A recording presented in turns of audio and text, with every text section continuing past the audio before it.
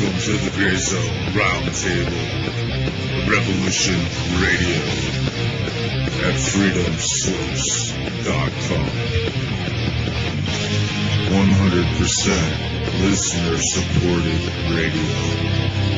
No corporate ties, corporate duct tape dictating our freedom of speech. And it shall remain that way as long as we are supported by you.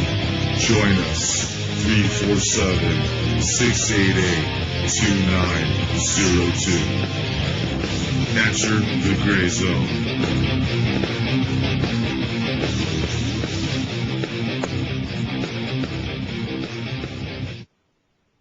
And welcome to the Gray Zone at Revolution Radio. Happy Tuesday, January 28th, 2014.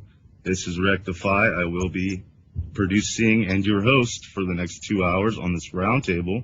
Join us, 347-688-2902. We got a lot of seats open still. I wanted to thank specifically producer Noreen on the last roundtable. She broadcasts from on Tuesdays also from 12 to 2 a.m. And I wanted to thank her for that shout out, and a big shout out to you, Noreen, and Bill Grant, Angela Black, Steve Travesty, Max Steele, and all the great stories, especially the devil worshipping at the end there.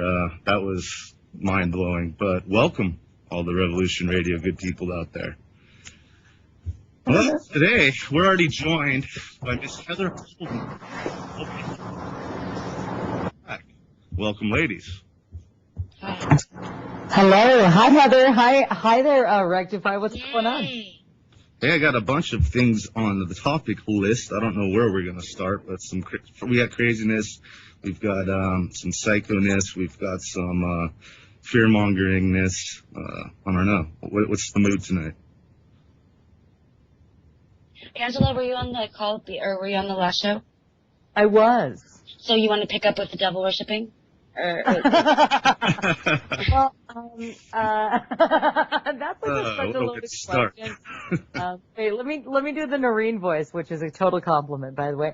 That's like a loaded question. I'm not really sure. I don't know, but yeah. I'm giving her crap, but I love her and Noreen. I love her voice. Yeah. No, and she's a very intelligent woman and a great host and quite the great addition to Revolution Radio, as are both of you. And I'm kind of a kiss ass these days when I get on the air, but oops, is that okay? Donkeys, they used to call them mules, but words change. Sorry. Anyway, I'm happy to be here. And do I have any devil worshipping stories? No, but have I met a lizard person or two? Possibly. But that's another issue, unless you really want me to go into a story, which I could. But I can analyze it. Let's hear it. Okay, it's not a big one. This isn't a big one. I do know I've met a variety of aliens, I have to admit. They're not long experiences, except for, of course, the one with my former landlord, who is a nice alien, but an alien nonetheless, because no human would have rented me that home. Anyway. But was it luxurious? I met this lizard person on the streets of Santa Monica.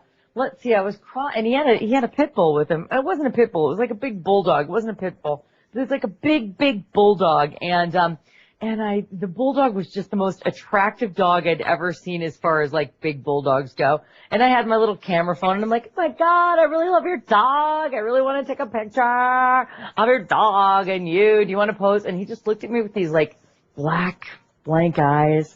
And he looked at me, and it was though he was not, it was almost like he was new to the planet and was supposed to try and walk the dog for like lesson purposes. And just like looked at me like, and basically, I think he somehow nodded yes. And then I took a picture, and what's funny is I'm not even sure to this day if I actually have that picture. Because after I left that situation, I'm gonna look. Because I did download all my pictures from my... So he looked at you like he never had a conversation with a person before in his life. That is correct. That is so correct. And I actually met this family in this neighborhood once, which was full of aliens, and my friend was the only human. in the whole neighborhood. And I mean, this I know about those neighborhoods. Are I can they validate creepy? that, yeah. Yeah. So anyway, and I met this family. I mean, most of the aliens I just observed, and they were observing us because we were the humans, and we were like the test subjects. I mean, my friend was renting this home, and we knew why the last tenant had left very quickly. And there was only one other human in this particular colony in Lancaster, California. Oops, did I just say that? And and then, and that person lived on the other street. So their houses faced each other from the back. And she ran. And then my friend, jumped in and he got it for a great deal and he couldn't figure out why he had such a great deal on this rental. And anyway, so I went to visit him and they had this huge picture window overlooking the neighborhood, and he'd say to me, he goes, "Watch this." So he'd go outside into his onto his I can't even believe I'm telling the story right now, into his driveway, and then all of a sudden you'd see them all come out, and everyone had a white car except for one red truck, and you'd see them all come out and mimic what he was doing. And I'm not joking, like I've heard this story before. Okay. Oh my God, that's great. I'm so excited because I didn't make this up, like, and I wasn't looking for it. I literally went out there and I felt already, I knew it already what had gone on, and this doesn't even qualify what happened that night. But just to go out in the daytime and to watch them all, and so then the minute he would go inside, he goes, "Watch this." And so he'd go inside the house and they'd all go back inside their homes. And then if we go back out, they'd all come back out, and then they'd all they'd pretend they were doing something. And then I know the type. Right? Okay, well I met the family next door. It was a single mom with 2 kids and a dog. Now, okay, so first of all, I'm not looking for this. Like, I don't look for aliens. I've met them and I know when I meet them, but it's not a regular thing for me to be like, "Are you an alien?" Because I don't even go that way. I just don't even think that way. You're not suspicious. You're not a suspicious person. No, I just live my life and I'm aware. Mm-hmm. So, okay, so the first thing I noticed is that the dog is like looking at me like, "I'm a dog. Can you tell? Can you tell? I'm a dog. I'm a dog. Look at me. I'm a dog." And, so I started with that, and then the mom was there, and she was looking at me all weird, and he was talking to them about some keyboard that, like a musical keyboard that he needed to store with them when I don't know what it was. I think he was planning on moving out or something like this. And so then I say hi to the family, and so I meet the very tall son. Now they all have black eyes, but I mean, I'm not even close enough to really recognize this until after I think about it later. And so he's a very tall kid, right? And I'm like, "Hi, I'm Angela." And he looked at me. I go, "What's your name?" And he looked at me, and it took him, and he wasn't high. He wasn't like on something. I could tell that, they looked like the happiest family on the planet. And they were just, that you could just tell they were colonizing and they were experimental, and you could tell this. So anyway, he looks at me like, so I ask him his name, and he goes, "Wait, what?" And I go, "I'm Angela. What's your name?" And it takes him another, I'd go 10 seconds before he actually figures out that somebody's asking him what his name is, and he needs to figure out how to answer this. Or just a question in general. Like an acknowledgement. So then he's like, "Oh, I'm Tom." It was just the most bizarre experience to watch this guy literally, he's probably 16, way too tall. Not too tall. I'm not saying that tall people are bad or anything. I'm just saying, but old tall enough to be, have communication.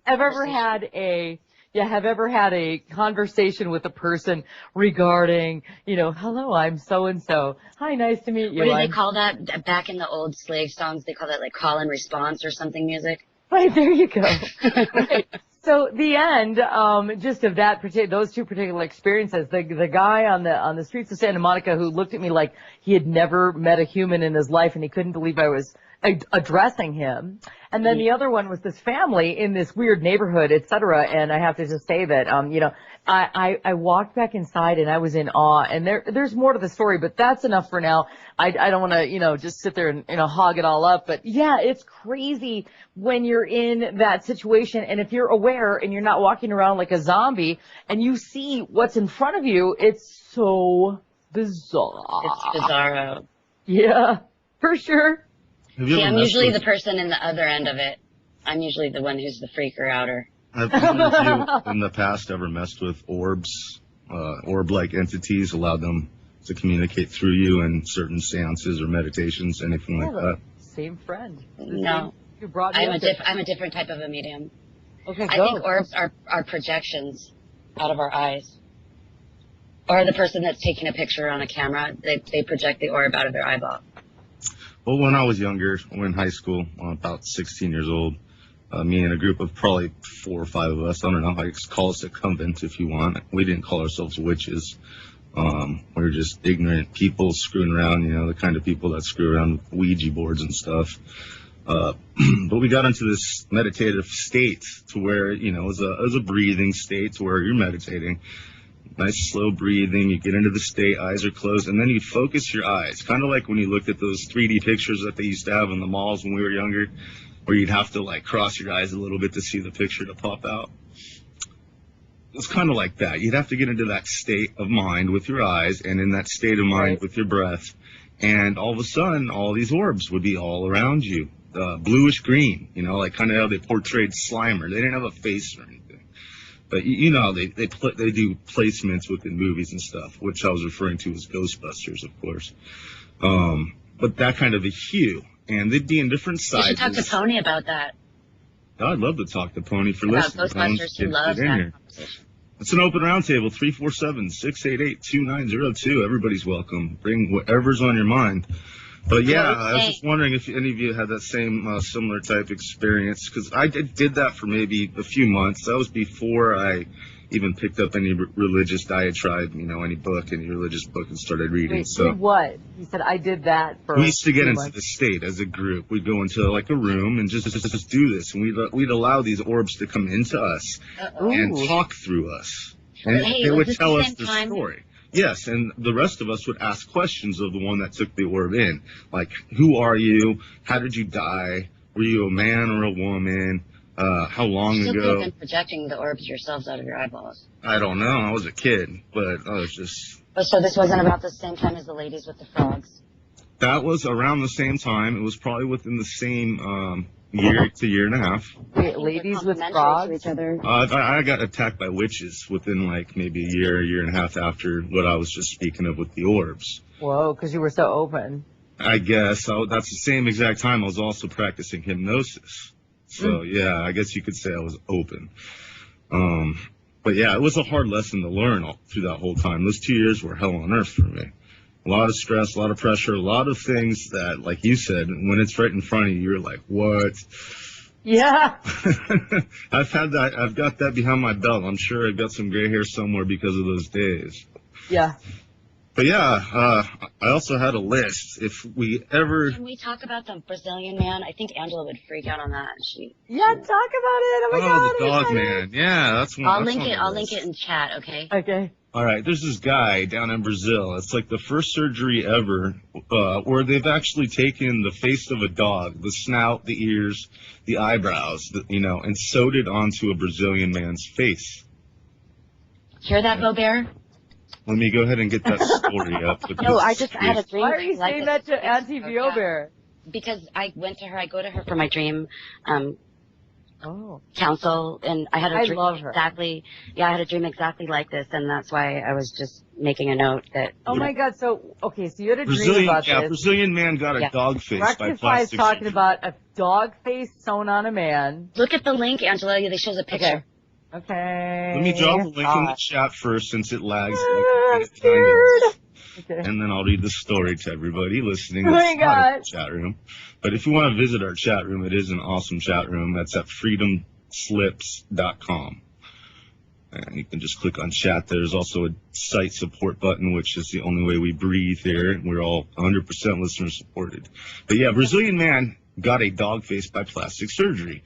The judgment day is near. People are interfering into God's creations. Recently, a news reported that a man in Brazil got a dog face by getting plastic surgery. This will be the first dog man in this world. You can see the whole process in the pictures below. A good-looking man with weird aesthetic standard that, and there's all kinds of people in the strange big world. I mean, this is more than a furry, people. I don't know if you know what a furry is, but those are the ones that just dress They up. intubated this guy to make him be able to talk with the dog's mouth, man. Oh my God! Right. Yeah, they put a tube down his throat to connect to the snout so he can eat, breathe, and talk through the snout that was surgically placed onto his face. He's so eager to be a dog, so he pays for plastic surgery with his own money, hoping he can become the first dog man in the world, which totally overthrows our visions and concepts of beauty.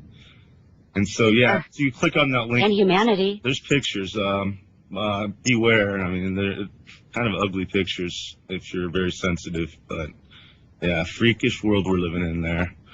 And on the same type of note, here's another story I wanted to bring up. It's kind of relevant.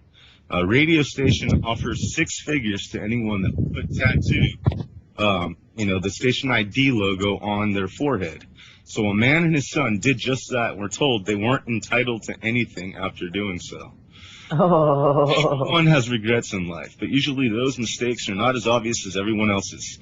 David Jonathan Wilkman got the call letters and logo for radio station KORB tattooed on his forehead. 48-year-old heard the station jockey jokingly offer a 6-figure payout for any listeners who dared to do it. When the station explained that it was just a stunt, Wingman sued, claiming the station was trying to permanently mark listeners so they can be publicly scorned and ridiculed for the greed and lack of common good sense. The mugshot above is the result of Wingman's arrest last week in Davenport, Iowa. He was arrested. He's charged with failing to appear in court for operating a motor vehicle without the owner's consent. So this is not a very smart dude, obviously. Wingman's stepson got the tattoo as well. So his stepson also got the tattoo at the same place. But he had some good luck. No mugshot. It gets worse. The radio station has since changed its call letters and switched from hard rock to easy. No.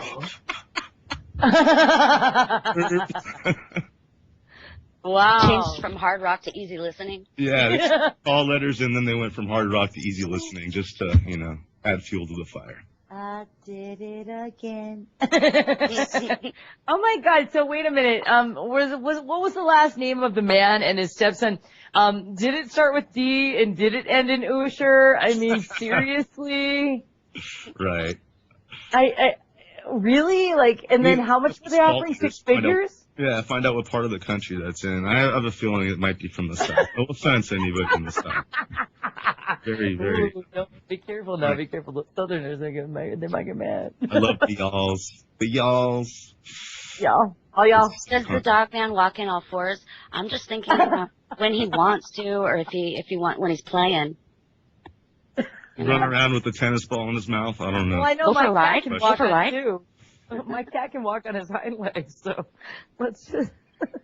Jesus, man.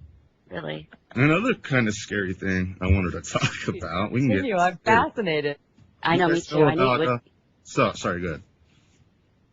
I was just saying, I knew she'd probably find that was really intriguing for some reason. That's so creepy. I mean, how I'm like blown away right now. So please, It's I'm just amazing. gonna mute. I'm muting. Mute up. Yeah, I wanted to get into broadband over power line communication systems, which is a very realistic thing. Ever since Edward Snowden came out, a lot of people have their ears now open to the fact that all people on this planet are being spied on covertly through their own electronics. Well, what BPL is broadband over power line, okay? And we're talking your refrigerator, your every home appliance, your blender, your dishwasher, your thermostat for your air conditioner, every computer, every iPad, iPod, iPhone, every cell phone, anything you plug into the wall can be used just like the internet. It's like the black internet. It's a secondary internet, basically. It runs over power lines. And this technology is there for the home user already. I've installed plenty of them in people's houses.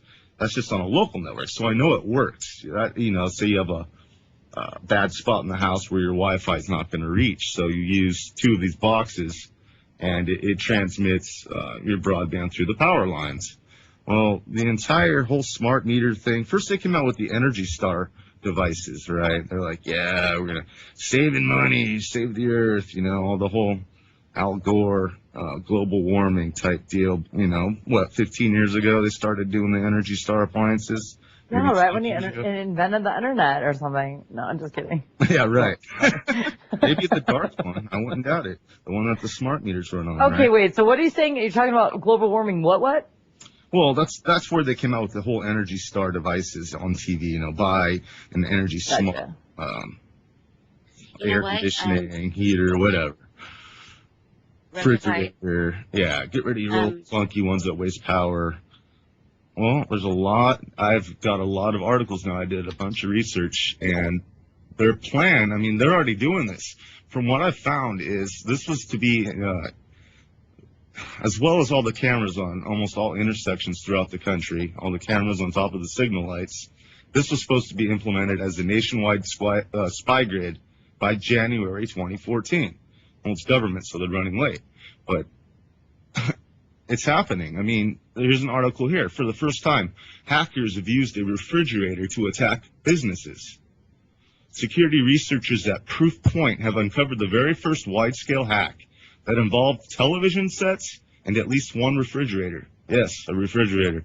This is being hailed as the first home appliance botnet and the first cyber attack from the Internet of Things. Okay, a botnet is a series of computers that seem to be ordinary computers functioning in people's homes and businesses, but are really secretly controlled by hackers. Okay, the Internet of Things, that's a new term, by the way, so get used to it. The Internet of Things. I have another story on that one at a CES show this year. But anyways, the Internet of Things is a new term in the tech industry that refers to a concept where every device in your house gets its own computer chip, software, and connection to the Internet. Your fridge, thermostat, smart water meter, door locks, etc. To a hacker, they all become computers that can be hacked and controlled. In this case, hackers broke into more than 100,000 everyday consumer gadgets, such as home networking routers, connected multimedia centers, televisions, and at least one refrigerator, Proof Point said. They then used those objects to send more than 750,000 malicious emails to enterprises and individuals worldwide. This was in December 23rd, 2013. It's and all the way to January 6th, 2014. But this is just your everyday kid in the basement already using this technology. And this doesn't even mention the BPL, broadband over powerline communications, which is how all these smart devices are actually sending back information to NSA hubs like the huge fusion center in Utah that they just built. Big server farm. It's collecting everything whenever this is what's going to happen, is they're collecting any kind of dirt and every kind of dirt. Everybody knows you can't go out in this world without even making an infraction of some sort of statute, right? The code is so tall, right? The books fill a library. Nobody can even know all the statutes that are in place.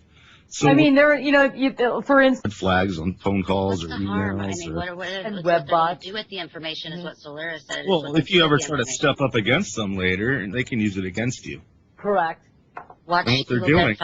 They're breaking wiretap rules. Number one, they're breaking our Fourth Amendment right to, search and seizure without a warrant or probable cause even. And they're also selling off this information to private corporations. Which, by the way, private corporations now, they've been written into law to be allowed to use drone technology themselves. Yep. So now you're going to have Walmart and Amazon and all those things up in the air. And Google on the streets. Right. I already know that we live in a corporatocracy, so I don't believe in the whole puppet political BS left-right paradigm. Obama, whatever, that's all stage show for me. I think politicians are just actors that are too ugly to get into Hollywood. It's been that way for a long time. Hilarious. But yeah, so we go even further. You think about wireless also. Everybody's got wireless now at their house, right? You guys have Wi-Fi? Wireless router, yeah, I guess. All right. You can't, you really, I hate cords. As much as I, understand exactly what you're talking about, it is really nice not to have every 1,000 million cords hooked up to my that device. I have to think you speak for every woman in America when you say I feel bad about that. Don't get me wrong. I as a truther, I get it. as a consumer, I also get it, you know. Right. And then the only 3 words I have to say about this, which, you know, cracked me up because I'm lucky enough to have the luxury to say these 3 words. First world problems. Ooh, you know what I mean? I mean, we're talking about, oh my God, I had so many cards, and then I switched out to Wi-Fi because I, you know, wanted, you know, convenience and all this kind of stuff. But yeah, are we being monitored? Is every single thing we're doing, you know, totally available readily at every, you know, millisecond? Absolutely. So that's all. That's my comment. Yeah, everything. There's no privacy anymore. I wanted Every to get into breath privacy you too. take. It's like, why even close your blinds anymore if you're gonna go have relations with your loved one? You know, you might as well just keep it open and even put a magnifying glass on the window, because they have infrared and everything. They can see right through that with heat signature technology. Even it gets even worse. Intel now isn't. Well, I wanted to get into Wi-Fi. Well, Wi-Fi is easily hackable. There's different encryption types, but as we all know, if a human being creates an encryption code, you know, an algorithm, then another human being can eventually crack it, correct? Well, so Wi-Fi is not very difficult for hackers to take a Linux machine and pull up to your driveway and bust into your network, and even throw kiddie porn on your computers if they wanted to, whatever. But what's scary now is this is tying into the smart devices, and the Energy Star is Intel, you know, one of the biggest manufacturers of central processing units, you know, the chips that run the brains of your computer. They are now embedding wireless control into the actual processor itself. I mean, it used to be a separate card. You used to have to put it in. It used to be a separate piece on the motherboard, its own chip, right? Now, Intel is embedding Wi-Fi into all CPUs it's making. Okay, so how long have they been doing this? It just came out recently in the news, so you always got to assume that we're at least 36 to 60 years behind, at the least, of what we're being told that's already been done in our names on top of us. The scary thing about that is, yeah, you're going to have a watch now. People don't wear watches anymore, of course, but it's getting closer and closer to having a tattooed RFID on you, with the same technology built into the circuit that's in the tattoo. We're not far from that, ladies and gentlemen. Not at all. It's getting really close and getting really scary. They're getting blatantly, they're getting really rude and just straight up telling us what they're doing. And they're just watching us go, derp, we're not doing anything about it, so let's move forward and fast, because we're behind schedule. Keep going. They're not caring. So as long as we don't care, we don't look into this stuff, we don't have a problem. Keep buying their Chinese goods with all this embedded NSA spy gear on it, you know.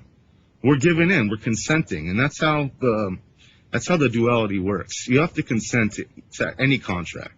Is that correct, Angela? Even on the dark side, right?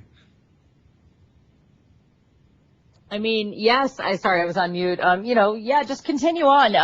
I'm certainly not the end all yes sir person for this particular commentary. Well, yeah. I know you know the duality of the world, and I know Heather does also. What's the question? The question was, there needs mutual consent to contract between the two, right? Yeah. Thank you for clarifying, Heather. Go ahead. Well, that sounds more like a sovereignty thing, and less of an invasion of your privacy. You wouldn't say it's Well, the way that you put the question, anyways. All right. Well, I think it's more than that. It's a spiritual force of give and take also. I mean, well, here's my take on it. Okay, I was always born or raised, as far back as I can remember, I believed in some, energy source of God, or God in the world that I live in, and and the way that it is when you believe in God, it's like God's always watching you anyways. Always can see you. Even when you're in the closet, God can see you. And so I'm kind of used to it, because I've lived my whole life thinking like God's watching. Right. God can see me. I better act right, and I better be an upstanding human citizen, better do the right thing, because God can see me. So I'm used to it, basically. Good, Angela. Even if God is, you know, what some people believe within you, whatever it is, whether God is looming, God is all, everything, whether God is light, whether God is within you, whatever it is, yeah, I would imagine that entity, God, is watching. I'm a God, loving individual. I've studied a few different religions. I just believe that there is, you know, God of some sort. I don't necessarily qualify it, you know, to something, but yes, I mean, you know, if you're watching yourself, I mean, you know, whether you're picking your nose, you know, or acting like you know, whatever you do in the privacy of your own home that maybe you don't want other people to see. Yeah, the quote unquote word God and the quote unquote entity God is watching. I mean, in my opinion, absolutely. So I mean, you know, I remember thinking about that when I strayed a bit, you know, in my earlier years. Did you dabble, Angela? I dabbled a lot. You know, but the thing is that, you know, as I came to realize, you know, whatever it is, I'm not getting away with anything. You know, a wise woman once told me, the only person you're fooling, Angela, is yourself. And, and it was true. And so just FYI, I mean, just to, you know, jump on that bandwagon that you're speaking about, Heather, is that, yes, I believe that God is watching, and whatever your and whomever's belief is that is that bad? The NSA is not they're watching without permission? I mean, I didn't give my permission. Oh, well, yeah, and that's a great point. And I know that's also what Rectify's talking about here is, you know, that Big Brother is watching. Yeah, and that was the whole thing about God that I was trying to point out. Like, people yeah. Yeah, well, I don't think Big Brother is God, you know, and I do think that, you know, our privacy is being invaded. And it's funny because I used to be a criminal. Oh yeah, I wasn't saying that you were God. I'm just saying about your reaction or exactly. ability to understand. So, and then I used to be a criminal, so I had a lot more to hide. You know, and I wasn't necessarily caught and jailed, or anything like that. But, you know, I played on, you know, other sides of the field and, you know, and found myself at risk of ending up behind bars type thing. And, what I find now is that, you know, back then, wow, knowing all of what I know now about everybody watching and this and that and my interactions on the internet, and if you're now telling me my toaster's gonna, you know, is gonna tell them what's going on in my life. Luckily, I don't have much to hide these days except for my voice and my opinions. And so for that, you know, fine, jail me. I don't really care. You know, if my toaster wants to know if I'm talking about the NSA, fine. I don't really care. You know, but back in the day, I was a little more nervous about it because I did have, you know, certain people are getting persecuted for their opinions. That's what we have. By their toasters? It's called politically correctness, right? If you're not PC enough now, if you don't accept gay marriage or you don't accept policy at the executive branch because the policy leader is a dark-skinned man, then you're racist. You know, I mean, we're already going there. With executive orders, exactly. You know, I mean, you know, he's written like by percentage.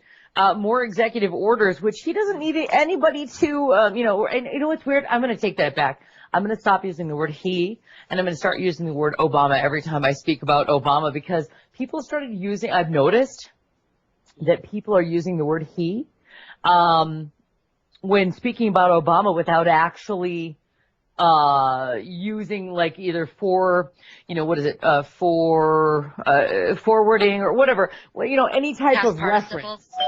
You know, ooh, is that a ding dong? That was a ding dong. Get the door, Angela.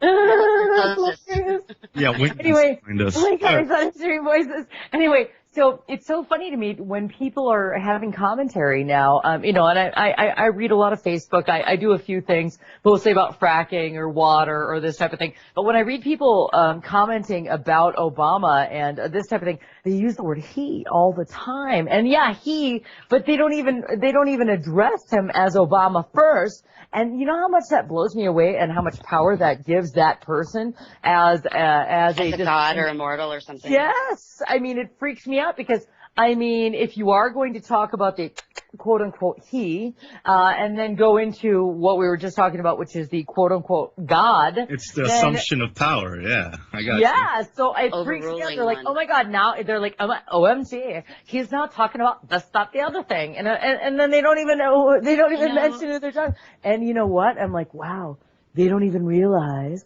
that they're giving him complete power. And me reading this without, if I wasn't awake, I would be doing the same thing. And I'm probably on some level dealing with that. I'm probably somehow actually contributing, even though I'm awake, because if I don't comment, maybe I'm now consenting. Robotic. Yeah, maybe I'm now consenting. Exactly.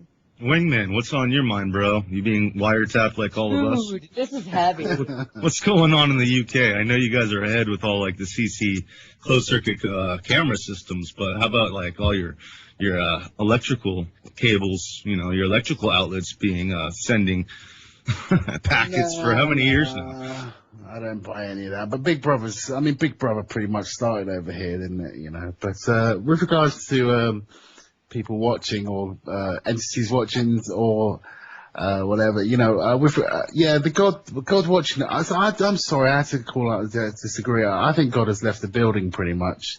I don't think God is watching us, and the reason why is because, I watched this film. It was about animal cruelty. Yeah, it was film, but kind of a docu-film type thing, and it was about this kind of animal liberation front that were going out to these places where they were causing extreme distress to animals.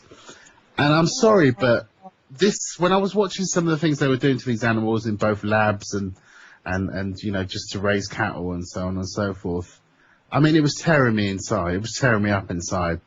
And I'm sorry, but I don't think a creator would just be sitting back and getting off on observing or watching that, as you put it.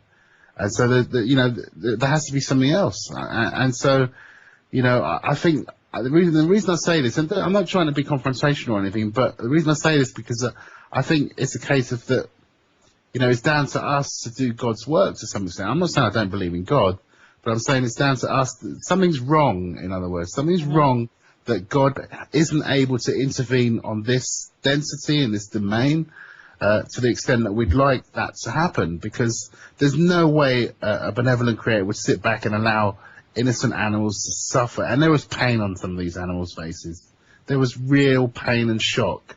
And I think that is damaging to an entity's, to an entity. I agree. So, there's got to be another way to answer. Well, the food chain here on Earth is, you got to look at it two ways. It's nourishing and it's also disturbing. But it is what it is, though. It's a system that was built, by a master architect. And the funny thing is, there's actually they've brought out legislation to terrorize people that try and persecute and put pressure on places that might experiment on animals, for example, and trying to make it a federal offence for them to harass employees that might be experimenting on animals. So there's been obvious what you call it when they lobbyists. Is it lobbyists the word I'm thinking of? Yeah. I think so. Yeah, there's been obvious lobbying towards, getting legislation changed in favour of these corporations and these, whoever's, processing meat and stuff. Yeah. But the funny thing is, they get done for maybe, I don't know, causing arson to a slaughterhouse, burning a slaughterhouse or something. But so it's damage to property, and yet the irony is the cattle that they're raising and killing is not classed as damage to property. They're classed as things, not. Do you see the difference I'm trying to get at? It's right. It's kind of like persons versus a man or a woman. Right. So these entities, and they are conscious entities, and there's no two ways about it, whether it's a calf or whatever form of cattle, but they are entities, and they feel pain. And they feel pain, and yet it's not. Yeah, it's okay to kill those animals, lives, yet not burn down a place that kills them. We live in a world. Damage to property. Do you see what I mean? It's like, do you see the irony? We live in a world where people have millions upon millions of abortions, but yet they pray for peace. It's all backwards, man. And you know what? I saw a clip. One of the clips is very brief in this film. That was a heavy statement, man. It's a really fantastic film. I recommend it. I'm just trying to find it as we go along. But I saw a calf that wasn't in, under duress. It was like in a field and running free. It was a little calf. And you know that thing where like little puppies bounce up and down when they're excited? Mm-hmm. Well, this calf was doing the same thing. I saw some older female cows doing the same thing because they had been saved from the milking. After the milking process, they weren't giving any more milk. And so this particular farm in Germany saved them from slaughter. And they were in all winter and housed into this thing, and then they got their first taste of spring after not being milked all winter and everything. And they literally were kicking and bucking up their legs in happiness, running around it was tear jerking. Right. I mean, I can't even tell you how amazing it is because, I once was and I'm sorry to interrupt, Wingman. No, go on. But, I was just gonna say, just by watching that, something clicked, and it showed me, hold on, if this animal is experiencing joy, then it's going to experience pain as well, of course. Hare Krishna. I got a question from the chat, Wingman, from Michelle. Imagine that God could intervene. What would be the purpose of us being here then? Intervene with what? With anything, What would be the purpose for us? Well, basically, Wingman was saying, like, if there was a God, he's definitely not benevolent. So This is he is part. benevolent. I'm saying. Yeah. No, I'm not saying he's not benevolent. I'm saying it wouldn't make. I don't know. You're saying he's malevolent. No. I'm not saying that either. I'm saying that the circumstances are such that God cannot intervene at this frequency, perhaps even. This is what I'm saying. See what I'm getting at? Well, the question is this. In other words, the way I'm interpreting her question is, free will is our biggest gift as man and woman, right? Animals totally don't have it. They run off instinct. Yeah. It's like pre-programmed, right? Yeah. So you can whip them into shape, but they'll forget 10 minutes later, pretty much. That's just typical. That's an excuse. I don't buy that. Yeah, but see, that's what I think she's asking. Dogs and animals don't understand what God is. We wouldn't have free will. Therefore, what would be the purpose of us being here during this experience? Karmic justice. You have to live out all of your karma from your past lives and make it right before you can be pure or something, maybe. There's an expression, you probably heard it before, power is nothing without control. Well, it's the same with freedom, is it not? Freedom is nothing without some sort of control. So you need government to have freedom, you're saying? You need governance to really experience. Well, the thing is, it's not freedom that's the problem, it's greed. It's human greed, I think, that's the problem. And that kind of, it murks the waters of freedom. Right. Yeah, greed and for that matter, just egocentric values, and then the rape thereof. I mean, the Kardashian theory, the self, the ego, the self-preservation, the this, the that, as opposed to the interaction with nature, which so many of us are lacking these days, etc. So I'm not sure of any answer. I'm just kind of winging it, listening to what you're saying, and it's very, very intriguing, your thought process, Wingman, and also the interaction that's going on here with us, and not only that, but in the chat room here at Revolution Radio at freedomslips.com. And so with that, I mute. But for me, it's because I like logic. I do embrace logic where I can. And for me, I feel within me, I know I'm seeded within me with love and compassion and novelty and exploration. And I know there's certain characteristics that are seeded within me. And I know that comes from Creator Source. So when I look at these animals in suffering, instantly I know it's wrong. So if I know it's wrong, then Creator must know it's wrong. So why would a Creator sit back and allow it to happen? They wouldn't. He'll get us. No, they wouldn't. Do you see what I mean? So there's got to be something has happened along the line, so that intervention, to that extent, is not possible. Maybe God is good, but not all people are good, and people have to prove themselves. I gotta disagree with women, because I see miracles. And I have to assume. You gotta disagree with women? Is that what you just said? Wingman. Oh, Wingman. Thank you. Yeah. I'm glad we clarified. Okay, good. Yeah, good. Because I see miracles. I've seen plenty of miracles in my life. I mean, I've seen hell on earth, but I've seen miracles also. Such as? Such as I've seen, Yeah? I've healed people with my own hands and my own faith. And Is that a miracle? Christopher Or is it a of the gift? Fleming family being an example. Everybody's heard him on my show before. He was on internal care, connected to tubes, sucking blood out of his spleen, holes all over his body. He couldn't even move, swollen. He was busted up, a really bad motorcycle accident. He was on his way to court. Okay, we think it was a hit. We still think that, but they tried taking him out, basically. This is when his whole charade of his sovereign movement, his process begun. But yeah, I went into ICU. I drove a good hour away, went and got permission to finally get in there from his parents, and went in there, and I literally, in front of a bunch of nurses, I got on my knees, put my hands on him, and I said a prayer.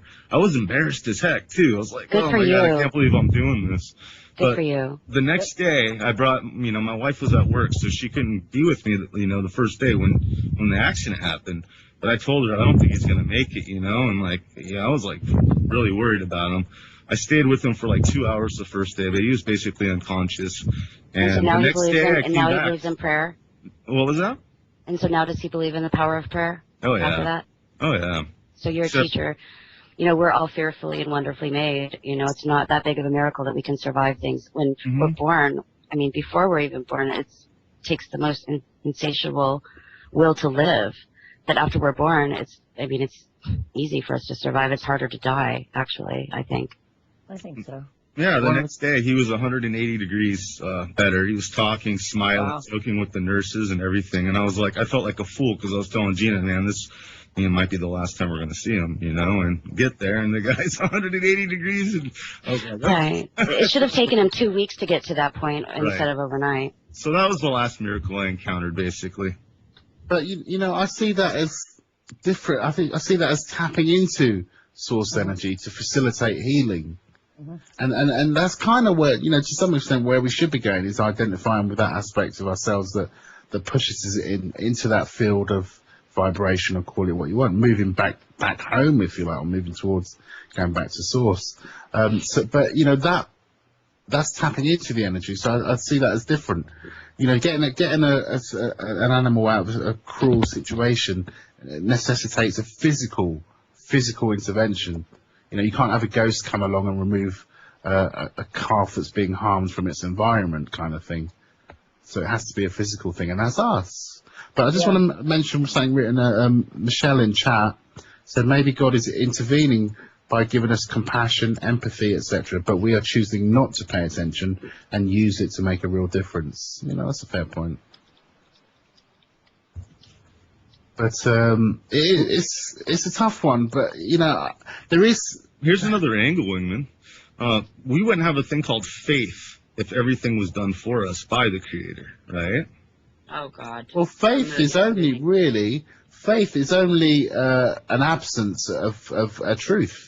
In other words, you lack certain information to be able to change your mindset from one of faith to one of knowingness. Maybe it's invocation, though. Like you said, like laying my hands, I was invoking something. Yeah, right? yeah. So it could be invocation, there. the whole thing, faith in itself. You're just so a machine. Maybe you're a healing machine. We all have gifts. Everyone's born with different gifts. Right. No, I'm just a computer guy. No, you have I don't know, gifts. You have gifts and talent. Machine sounds kind of cold. Rachel doesn't sound that cold. Robots? How's that? I don't know, maybe like bio machine. It's funny because the few times in my life where I summoned the powers of God, where I and that's very bold in and amongst itself, is that I've always found this amazing miracle like outcome. And and they were minimal. I mean, in retrospect or in respect to the world and that type of thing, but they were kind of like personal to my life. Excuse my cough. To my life, etc. But there were a few times in my life where about 4 now. I would go with 4 to 5, where I've literally found myself with my hands up in the air, kind of just twisting around, summoning the powers of God, and finding myself throwing those power toward a situation. And I have, is that the music? Yeah, hold your thought. You're kicking back with Rectify, Heather Holman, Angela Black, and Wingman here on the Gray Zone. We'll be right back after this short break. Stick around.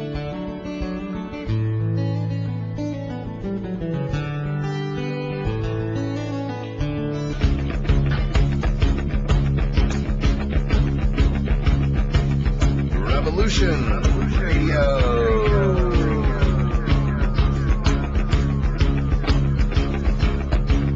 You're listening to Revolution Radio, freedomslips.com, 100% listener-supported radio, and now we return you to your host.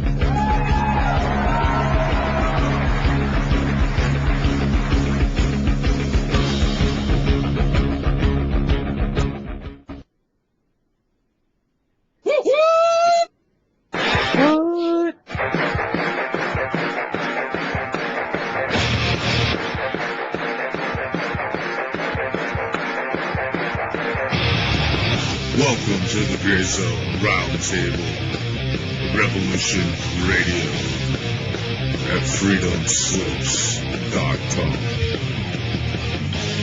100% listener-supported radio. No corporate ties, corporate duct tape dictating our freedom of speech. It shall remain that way as long as we are supported by you. Join us, 347-688-2902. Enter the Gray Zone.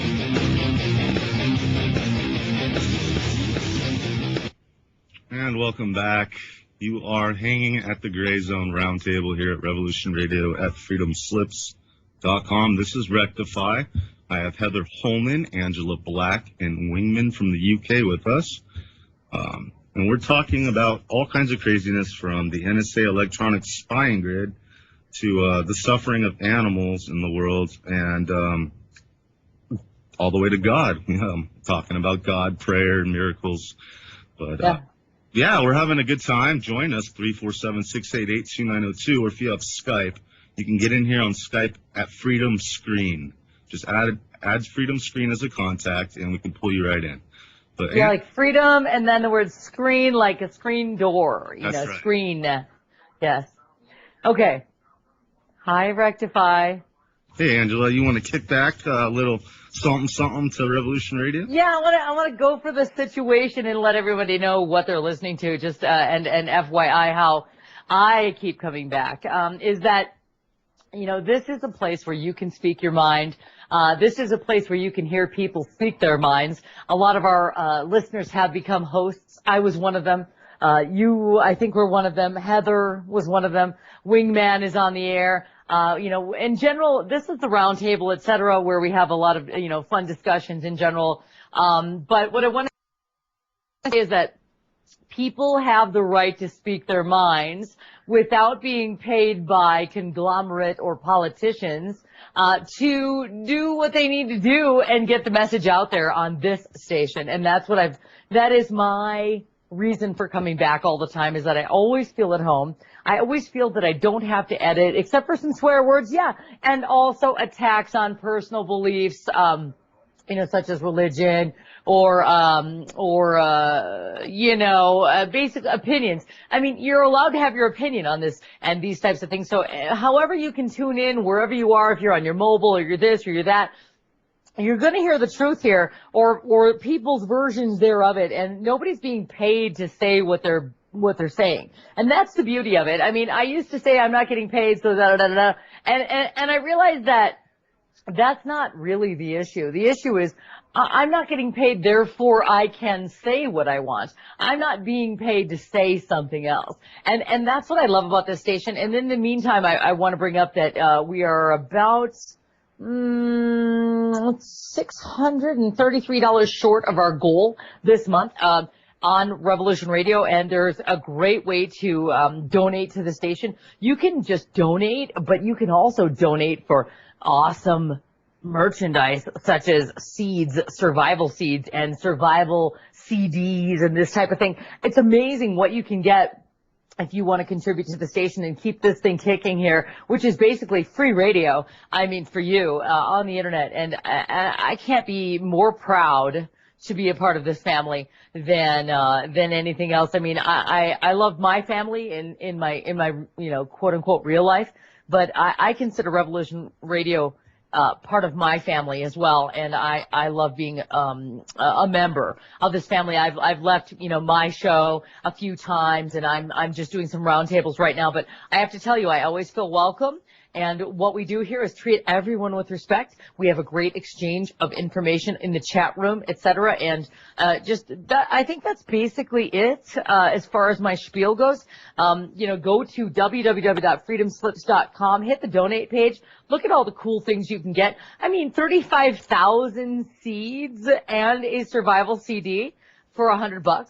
It's ridiculous. You can get the $60 version, the $100 version, the $200 version. You can also purchase t-shirts, mugs, whatever. But I'm telling you, I think and I don't have a lot of money, but I really think I'm going to go ahead and purchase the seed package, because we always talk about survival, prepping, this, that, the other. What would be wrong with having information and plantable seeds that will fruit and give you seeds for the next year, as opposed to the GMO things that are being produced in general in life? So in general, Nighthawk, the owner of the station, walks the walk, and I am happy to be a follower and a participant in this amazing communication network that we have. And thank you so much for letting me get that out there, rectify, and also just a pleasure to be in the company of Heather Holman and my new acquaintance and or friend, Wingman. So there you go. I'm done. Woo! I'm so glad that you came back.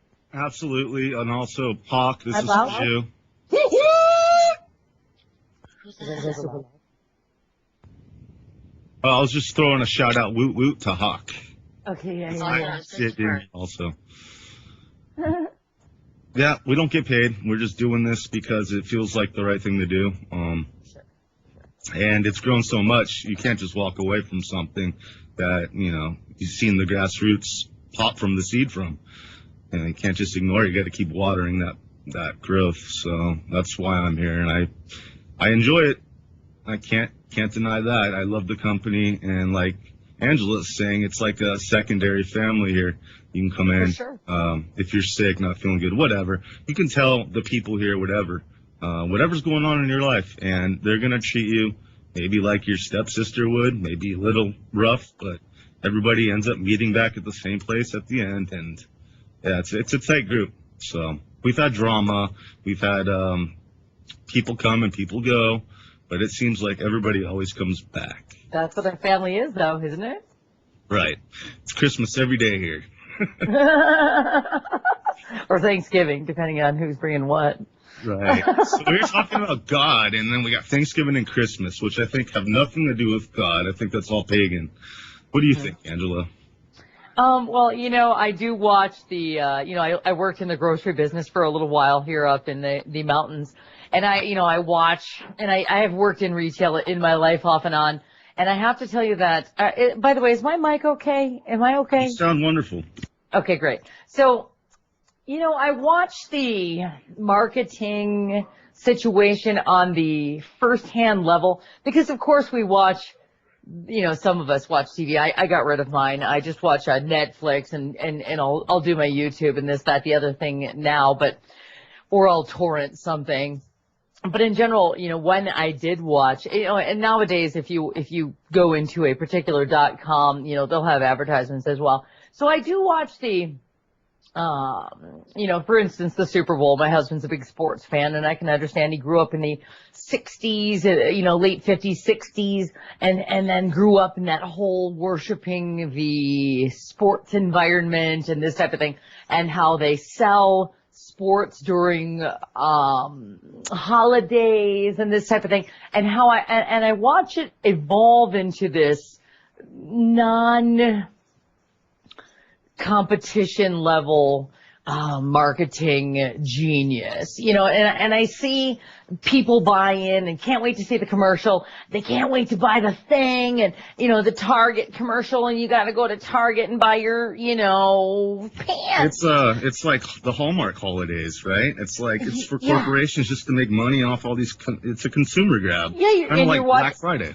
Yeah. And you're watching, for instance, ESPN, with guys in suits that cost more than, 3 months of my rent, talking about guys in tight pants that make more than I'll ever make in my entire existence, playing a game where they're selling basically commercials to you, which is basically about, I'm not going to say what I would say because I'm kind of harsh and kind of crude, but selling you Viagra. And drink your beer too. Don't forget the beer. Thank you. Don't forget the beer. And I remember they used to have a ban on hard alcohol sales on the network televisions, and I think they still do. But get cable, baby. You get cable, they'll sell you, P. Diddy's vodka. They don't care. They'll sell you anybody's, and they'll make it look. And they got all these little hotties, dancing around because alcohol's awesome. They have it in. I remember they used to have. It used to be super I'm sorry, I'm on a rant now. They used to have people smoking cigarettes on TV all the time. And if you notice, nobody smokes on TV anymore. And but they'll drink. And so, in other words, after that big court case where, tobacco was ruled out, and then the trickle-down effect from that, blah, blah, blah. But tobacco, a big lobby, big income, big supporters of particular politicians, selling like hotcakes on the internet. I mean, sorry, on the TV and on the internet. So you're watching all this. And to revert back to what you're talking about, which is, we're talking about satanic issues regarding the holidays. Was that where you're not? That's what you were kind of referring to? Yeah, like just the ritual bloodletting of the main populace through financial ways. But Thank you. Speaking of tobacco, I wanted to mention that the Marlboro Man died yesterday at 72 years old. Marlboro Man died. Yeah, the guy that rode the horse. Oh, the next guy. My husband says that he met the original guy, but he died a while back. But anyway, he didn't die of lung cancer, did he? The first guy did for sure. The first guy did. I actually have a really long list. One day, one show I'm going to get into. It's going to take up pretty much an entire roundtable. But I've got a very long list of fun facts of the positives of nicotine and tobacco. So. Yeah, I mean, there's that too. I mean, I'm not saying that. I don't even think it's the tobacco. Chemicals they add. They were adding a lot to it at the time, and I've never been a smoker because I'm actually allergic to the tobacco plants, which is odd, but I was tested as a kid. So, I've never smoked a cigarette in my entire life, and the few times I smoked some, maybe I smoked like a joint and somebody put like some tobacco in the joint, like I immediately got sick, and so it's no joke, like it's not some weird made up fantasy of mine, but it doesn't mean that I don't respect a smoker. I mean, you have your habit, that's fine. It's not my issue. And I can imagine that, it's probably stimulating and that type of thing. What I find interesting is we're talking about marketing, and we're talking about holidays, and we're talking about, you were going even further into it with the satanic issues, regarding holidays and that type of thing. But I just want to say that for me to witness holidays after working in the retail world and the grocery world, and then watching TV as a spectator and laughing about the people in the meeting, I'm thinking about how to sell that car insurance by two guys in a bathroom blows me away. I don't understand. And I just laugh about the fact that all these people in that business make money off of sycophants and succubuses and robots. It's so easy, even a caveman can do it. Yeah, exactly. Well, get this. Well get this. I balked when a company called Enjoy, which I think they're over there as well, which sell e-cigarettes. Enjoy, they sell e-cigarettes. Okay, e-cigarettes. Electronic cigarettes. they had an advert on TV. And guess this, at the end of their slogan at the end was, "Friends don't let friends smoke." I mean, who the hell are these guys to tell me I'm not a friend to my friend if I let them smoke? Well, you know it's a takeoff of friends right? don't. You know it's a takeoff of friends don't let friends drive drunk. Yeah. That we had that whole thing, and that's whatever it is. But yeah, that's. But that would be the next thing. Friends don't let friends get drunk. I mean, it's like ridiculous, you know? Yeah. My friend wants to smoke. It's their lifestyle choice. It's not, I think, and who are they to tell me? In fact, I'm going to call up the director in the morning. I'm going to call up the director and say, who the hell are you to say I'm not a friend to a friend if I let them smoke? Who gave you that position? Who gave you that judgment seat? It's like, it's ridiculous. I couldn't believe it. They'll go to, they go to these lengths. And I don't think friends don't tell friends what to do. Yeah. Well, they do sometimes. But yeah, great point. I mean, seriously, it isn't really for us to. I mean, sure, I get it, but I don't think it's a place to advertise to me. A good friend would tell another friend, "Put down the gun." I said, "Put down the gun." Put down the gun. That's correct. Irish Now, see accent. that? I like that. Put down the gun. But no, advertising's out of control. Advertising is out of control. We allow ourselves to be manipulated by it day in, day out. It is not healthy. Because we've inherited it, I think we kind of accept it as commonplace when it doesn't have to be. But this is going to be part of the paradigm change. This is going to be part of the renaissance, no doubt. We're not going to allow kids to be brainwashed by adverts in between the cartoons and so on and so forth. We're not going to. Good luck. Yeah, no, seriously. Yeah, I mean. Brazil have done Well, it. even Disney Channel. I read an article earlier today. It wasn't Disney itself, but it was another magazine that was suggesting that it's time for Disney to put out Princess Marries Another Princess cartoon. How do you like them apples? I was going to say Brazil have done it. In Sao Paulo, there's no public adverts. Did you know that? That's not publicised. What do you mean? Going There's to no Public posters advertising. There's no advertising on taxis, bus Billboards. shelters, billboards. None of it. But yet we have Wow. the first dog man out of Brazil. That's weird. It's big. It's big business here. They have the billboards that they used to just be one poster that would sit up there for 3 months or a year. Now it's they've got the either you've got the triangle shaped little pieces of the thing where it'll flip over to the next advertisement, or now they're all digital. And I mean, pretty much they can do 10, 20 advertisements per 15 minutes or more. More probably, and then charge a fortune to these people who are advertising, whether it's a car insurance, which is the big one, and then alcohol, which is the other big one, and then whatever the latest Pharmaceuticals, of course. Yeah, pharmaceuticals, and then the other is the latest cheap clothing thing, because now cheap clothing is the new chic.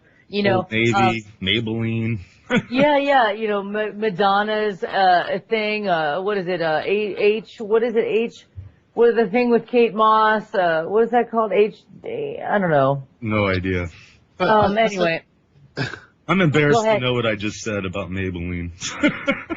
But the other thing, actually you just reminded me, Rectify, because there's like Gillette, right, the best a man can get.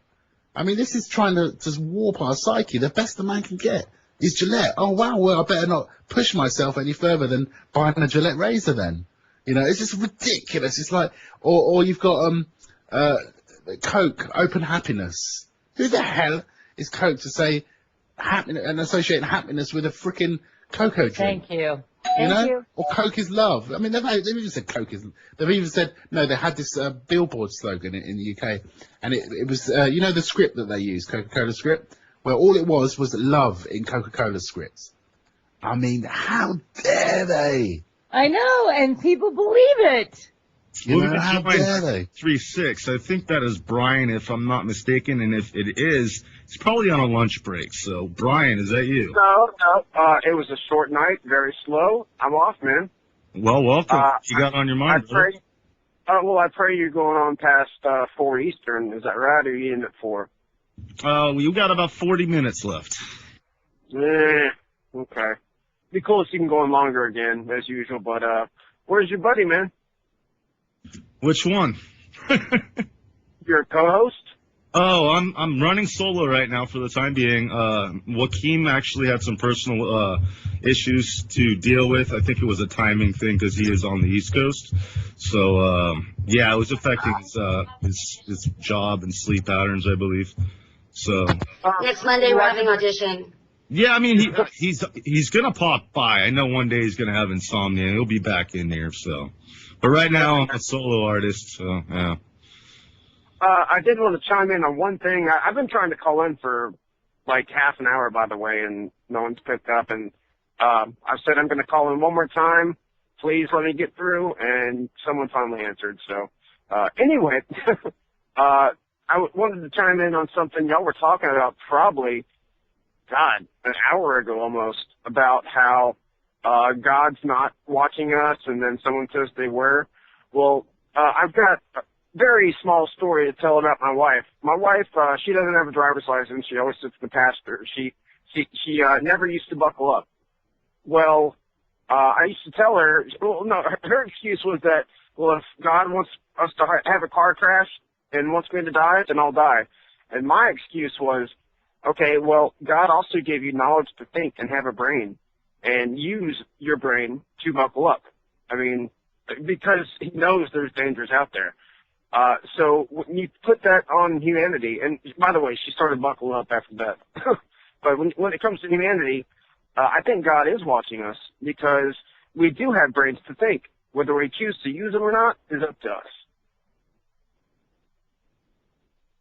Well, I think we're encapsulated within God. I think the whole thing is God. It's fragmented in the form that we see around us. So each and every one of us, I think, is a fragment of that. Certainly within this universe, anyway, is a fragment of Creator within this universe.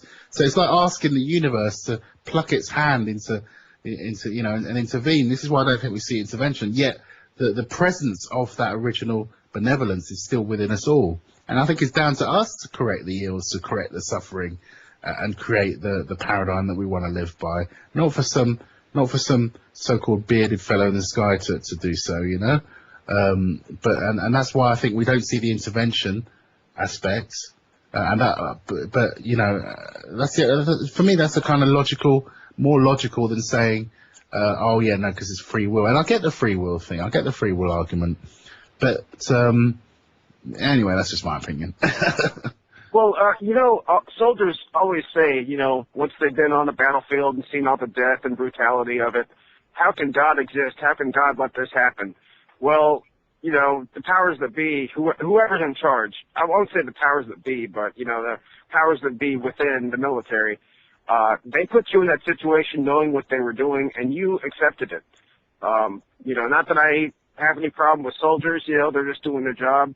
But it is the powers that be issue, and I think God definitely does exist. When you see dying and brutality, how can this happen to us? How can this happen to my brother here? Well, you know what?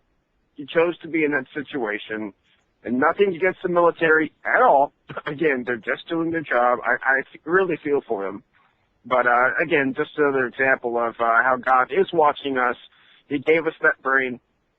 We choose to use it how we want. I mean, and I don't know who said that.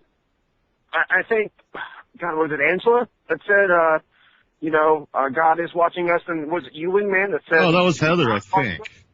Heather, okay. And Wingman, did you say God wasn't watching over us or something like that? No, God's not individually. No way. I mean, yeah, probably if you do something that hasn't already been done before, or you heighten your state of awareness, or you peak above the clouds. But if you're just going shopping for some new shoes, you really think God's watching you? I don't think so. That's ridiculous. I do. No, come okay, well, on. I did miss you then. I'm sorry. I just wanted to chime in on that topic there is all. That's No, nonsense. Yeah, Heather was the one who brought that up. last Yeah. hour. If you, That was why would I was God just be saying, why interested would in we you, feel Heather, uncomfortable? buying a handbag? Can you hear me? Why would God Go be ahead, interested in Heather. buying a handbag? Okay, I was just saying that we wouldn't, if we were God-conscious people, we wouldn't feel uncomfortable if people were spying on us, even if it was the government. That was the point I was trying to make with that. Well, remember since the 70s, at least the 70s, Wrap up. look up Project Keyhole, and at that time, you know, about 50 years ago, they can read how much change was in your hand, what brand of, speaking of, what brand of cigarette you were smoking, and everything. Project Keyhole, and imagine what they can do now. Yeah. Yeah, that's the Project universal, Quantum that's came next. Yeah, that's Quantum the, was a NSA. Sorry, go ahead, Heather. unified field. I mean, we have the access to all the information and all the knowledge, even how many pennies are in my pocket or whatever. It's just accessing that, I believe. Over. All right, SJ. Hey, the boss asked me if we want to go home at the top of the hour, or if we want to go a little bit extended time tonight. Angela's driving. I'm not sure. You gotta ask her. I'm Angela, not driving. I'm not driving. You're driving me home, girl. Go ahead, please. I don't got a car. I have a couple of clunkers, but I don't think I'm driving today. Yeah, I she's think in the that's van in my exercise. car. What was that? The door opened. You just opened the door to your... Got another visitor. Welcome. How you doing tonight? What's on your mind? Hi, everyone. Thanks for having me. I'm good. I'm really good. Sturdy Sunflower. No, other side of the world. Oh, okay. Well, never mind. I'm sorry. That's all right. That's all right. Actually, I wanted to get back to, there was a story really early on in the chat, not in the chat, in this discussion. I can't remember the lady's name. Is it Angela? No. Yeah, that would be Yeah. Okay, Angela. Yeah, Angela was talking about her friend and going to see him in a neighbourhood, and she was saying that the neighbours were all aliens, and I wanted to hear more about that story, just because it's a fun story, but also how I wanted to ask you how you discern that for yourself, and why weren't they just sort of strange people as opposed to aliens yourself, and why weren't they just sort of strange people as opposed to aliens? Wow. Are you guys ready to get into that right now? Yeah, come on. Okay, as long as it's cool with the host. I just want to know if they sleep upside down, like I've heard. That I don't know. Okay, but I do. you know, really? You're right. Go ahead. Sorry. Yeah, go Sorry to on. interrupt. Man. This is good stuff. I love hearing alien stories. I mean, I've got... Okay, and then I think Heather's got something to add too. So I'm in this neighborhood, and there's more to the story, which is really interesting because my friend, before he moved to Lancaster, California, had never spoken about aliens, and I had never met. I'd had a couple of paranormal experiences in my life, etc. But I could never pinpoint them or anything like that. Now, my friend had never, I had known him for 7 years before he moved to Lancaster, California. Now, this is a fishbowl between it and, Palmdale, which is great. There's a great rap song by, what is it? What is his name? An Afro Man. I'm sorry. I was going to say Astro Man. And I know it sounds like I was swearing, but I wasn't. So his name's Afro Man, and there's this great song called Palmdale, come back to me. Anyway, so there's this fishbowl, of, these two cities, Palmdale and Lancaster. They're literally in this valley, surrounded by mountains, and there's one way in and one way out. And there's a lot of gold mining going around, allegedly, theoretically, around these, particular, areas. And, so you have to understand, and then they invited a bunch of, socioeconomically understated individuals to move into this area.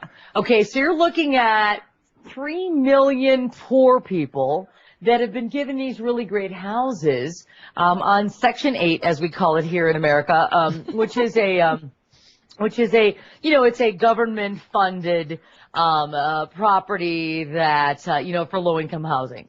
But the concentration level of low-income housing in this particular fishbowl is per capita very astounding. And do I have a measurement? No. Okay, but when I'm there, I witness all of this particular. Hold on a second. Hold on. Could you turn that down like one notch? So when when I'm there, I watch all of this construction going on, and it doesn't make sense in the real world how much construction is going on there. They're building the monster truck stadium. There's every convenience that you could possibly want. There's liquor stores on every corner. There's the, alien chicken place down the street, which is really tilapia chicken. I mean, it's all there. Okay, now, I'm not looking for it. I'm not. I'm not like this girl who wanders around going, can I meet an alien today? And the experiences in my life have been relatively few if you look at my 44 years of existence. But in the past 7 years, I've probably experienced 90% of my interactions. So I'm there. And I wasn't looking for anything. I had heard from my friend that he was living in a crazy area and that I had to come see it for myself. So I get there, and then the reason that I found it to be alien almost right away, and again, I'm just in tune. I'm a very in tune person, but am I looking for the anomaly? Not really. I'm just kind of, living my life and that type of thing. But I have to tell you, standing in this, this upstairs living room with this huge picture window overlooking the entire neighborhood. And now, mind everyone that I am talking about this because Michelle's asking. Okay, so I'm not needing to do this. Okay, I'm doing this because I feel it, it is very substantial in my life. And if there's interest out there, then why not? Okay, so anyway, so I'm there, and I'm looking out this picture window, and my neighbor says to me, my friend who's in this neighborhood, who moved there on a really great deal, and the other owner wanted to get out really, really quickly, and he didn't know why. And he lived there for about a month. It was a gorgeous home, just gorgeous. Tall ceilings, echoing. I mean, you could literally produce a stage musical in there because of the acoustics and the balcony inside the home. I mean, the loft, etc. So it was great. I mean, it was just a beautiful place and a gorgeous 2-car garage. Anyway, in this really nice neighborhood. And so I get there, and he says, watch this. And like I said, he goes outside, and he goes into his driveway, and all of a sudden I watch them all come out of their homes. And they're all milling about as if they have something to do. They're all fiddling about with their car or this or that or the other thing. And then he signals to me from the driveway. He goes, in other words, watch me come back in. So I say, okay. So I'm looking at him and I'm nodding and nodding, like Nodding.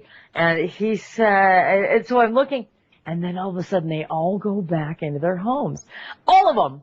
I'm not joking. Okay. They all go back into their homes, and they all had nothing to do. And one of them went behind the guy right across the street went behind this weird, column, and then I didn't see him actually enter his door, but he almost disappeared. I mean, I would almost bet my life on it that homie transported or teleported or something. But I can't, I certainly am not going to stamp it, But anyway, so then he does it again, and then I go outside, and that's when I meet the neighbors.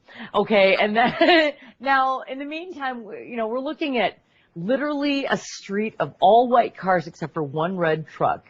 And then my neighbor is literally you can tell, I just knew this was an experimental hive colony that was there to study the human and learn the ways of the human. So I knew they were relatively new to the earth or relatively new to existing in a, human environment. And I don't know why I knew. I just knew, because it wasn't like I was on some quest to study this. So anyway, blah, blah, blah. I go outside and, for some odd reason, he's planning, I think he was starting to plan the move, or I don't even remember why, but he was giving the neighbor a keyboard, like a musical keyboard, and he gives it to, I hope I'm not taking up too much time. This is so stupid that I'm like sitting here babbling about this. I hope this is okay. Well, anybody want to cut in while we still have Please thoughts? do. Yeah, we'll get back to the story, but yeah, Michelle, you have any questions up to this point? Yeah. No, not yet. No, I've heard up to here, so I'm just curious to hear the rest. Brian, you got any questions? Well, aside from thank you for taking my call again, somehow it just dropped off. But well, I don't have any questions about this. I just want you to go on past. Okay, 4 cool. p.m. Heather, that's all. You got any questions up to this point on the story? She's muted. Wingman, how about you? No, I'm good. All right, Angela, I'm keep so rolling. done. Like, we're all I intrigued. have to do this. I just want you to know, I'm not doing this because I need attention. Okay, so, all right. So then I meet the family, and like, there's this mom and these two kids. It's a daughter. She's probably 12. And there's a son. He's probably 16, 17, and very tall for his age. And then the dog. And the first thing, and my neighbor, who is already aware of what's going on, and again, he'd never spoken about any of this stuff before he moved up to this area.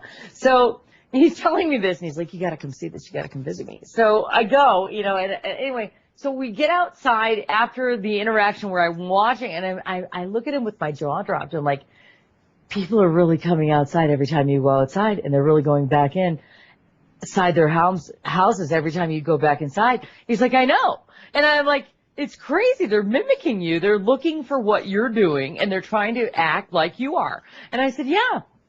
I said, he said, yeah. So anyway, okay. So I meet the neighbors, and I don't know why this exchange of the keyboard is taking place. I'm not sure. I can't remember why.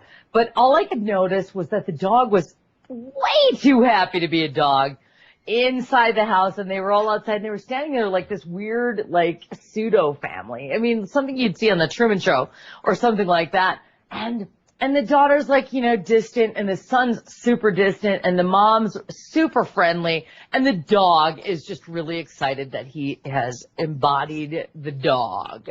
He's like, I'm a dog. Can you tell I'm a dog? I'm a dog.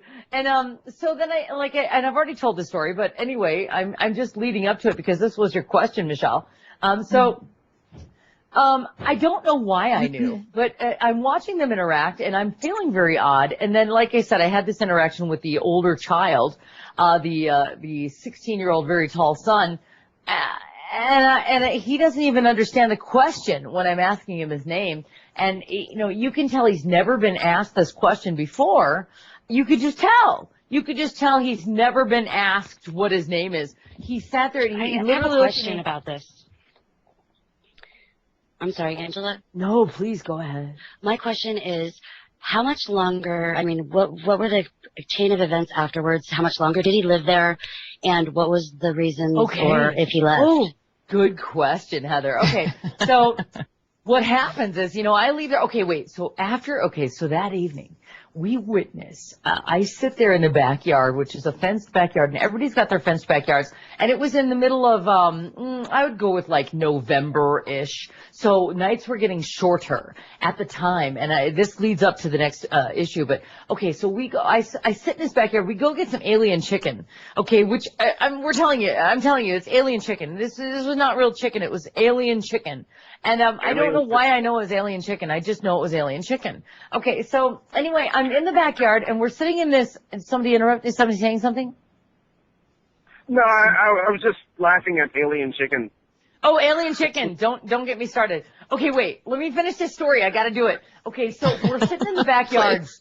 I know, right? It's so long. I know. You guys asked. It's not my fault. I know. No, keep going. Keep going. So we're sitting here in the backyard. And we notice that he tells me that everyone goes to bed at the minute dark hits. Nobody's outside. There's no noise. And I have to admit, coming from Los Angeles, where there's noise all the time, that there's no noise after like 8 p.m. because it's like everything's silent and everybody's inside. And so we're sitting outside in almost virtual silence in this fenced backyard of this particular situation. And we're looking up at the biggest cloud / turning mothership. Okay, I'm sorry. It was cloaked and it was a mothership and it was behind a cloud. And we watched this display of very faint lights, digital lights going all around the cloud. Okay, we're watching this. Okay, we're literally watching this together and it's it's turning so slowly, but at a particular, I don't know, it probably ended up turning like maybe 40 degrees before moving into, there was no wind. Okay, there was no wind. And it finally ended up moving off, but there was this weird like digital light display going all around the cloud. And it finally starts to move off, and we sat there for probably an hour and a half, and I was like sitting there, because I'm loud, as you can probably tell. And I'm like, oh my God, and I'm sitting here freaking out, right? And he's like, shh. The neighbor's looking. Yeah, because apparently everybody goes in at night and they don't look up, okay, and they don't come outside and they don't want to know, and everybody's happy with and the humans, as opposed to the aliens, are happy with their liquor stores, and they don't want to look up, and there's a fair amount of population that is, let's just say that everybody in their socioeconomic community don't want any problems. They just want to go shopping every day and maybe go to the thing on Sunday and go to the Walmart and then come home and then Starbucks. Not buck Starbucks. the authority. What's that? I said you forgot Starbucks. Yeah, more like liquor stores in this particular area, but whatever. Okay, so anyway, so I witnessed all this and the end of that story, and then, okay, so what happens is, a month later, I'm getting phone calls from the guy, okay, who lives there, and he is distraught. He has been beat up. He has been missing for 3 days. His brother will confirm it. Okay, literally, he has been moved, beaten up, returned, and was beside himself beyond comprehension, and literally was calling me out of distraught, nature in general, and just, I can't even describe to you the level of distraught nature that this man was in after getting displaced by whomever, and had no explanation where his disappearance led to for 3 days, and came back beaten up like he was, like he had been tortured for like 3 days. Okay, and he literally popped back up, and he's like, "What the hell? They beat me up, blah blah blah blah blah," and had no explanation whatsoever. So that was the end of that particular experience, Michelle, and to all the listeners. And I feel like an idiot just sitting here babbling on and on. But that was my experience with that particular situation. And I don't, to this day, I mean, he was actually going to be a guest of Michael Hemingson's on the air. I had almost had that thing set up, and then, of course, our dear Michael Hemingson recently passed away. What's that? I just got the chills. Yeah, it was crazy. This was my first inclination when I heard the story for the first time. I think I heard it from Travesty, actually. That's why it's so familiar. It's a very amazing story, but I think what it sounds like to me, and it's just like a first instinct I get, it's the gang stalking community at large, and that's what happened. Yeah. I have a question. Not about your particular. I have a question, but not about Angela's specific story, but for any and all. Most people have UFO sightings. I don't know if they're flying saucers, but has anyone seen, like, maybe in the summertime, usually spring to fall, in the afternoon sky? It's like 4 o'clock. No stars are going to be out. Has anyone seen a star kind of fade into appearance, and then seen a couple stars surround that star, and then and it never goes anywhere. It's always there. Well, yeah, I've seen it before. Like, imagine this: the shape of a C, except reverse it, so it's a backwards C, imagine like connected dots, right? You've got 5 stars in the shape of a C surrounding a bright, I'll call it a spotlight in the sky. So imagine it's dots in the center of the sea, like a semicircle. But I'm wondering if anyone's seen anything like that. Then I'll tell my weirdest experience real quick. We heard the spider jet flying by. This was at nighttime, by the way. Fighter jet flying by, and all of a sudden I see what looks like one single flare come off to his right side, but it kept following him. I mean, this was definitely a spotlight in the sky. It was brighter than the lights on this fighter jet. I mean, you could tell it was a fighter jet too. You could hear it, if you know what they sound like. But imagine, as soon as you look overhead, you see this fighter jet, and then right when it's over your head, you see the spotlight in the sky off to his right, and it's following him right along the same path, parallel. And he must be coming from above or below? Oh no, above. Right beside the fighter jet. Imagine 3-4 wingspans length away from his jet. This thing kept following him, and it just went all the way. It just appeared all out of nothing. Again, I thought it was a flare. But so there's that's my 2 experiences. I've had that, and then another experience I saw a bright star in the sky at 4 p.m. when it was blue skies.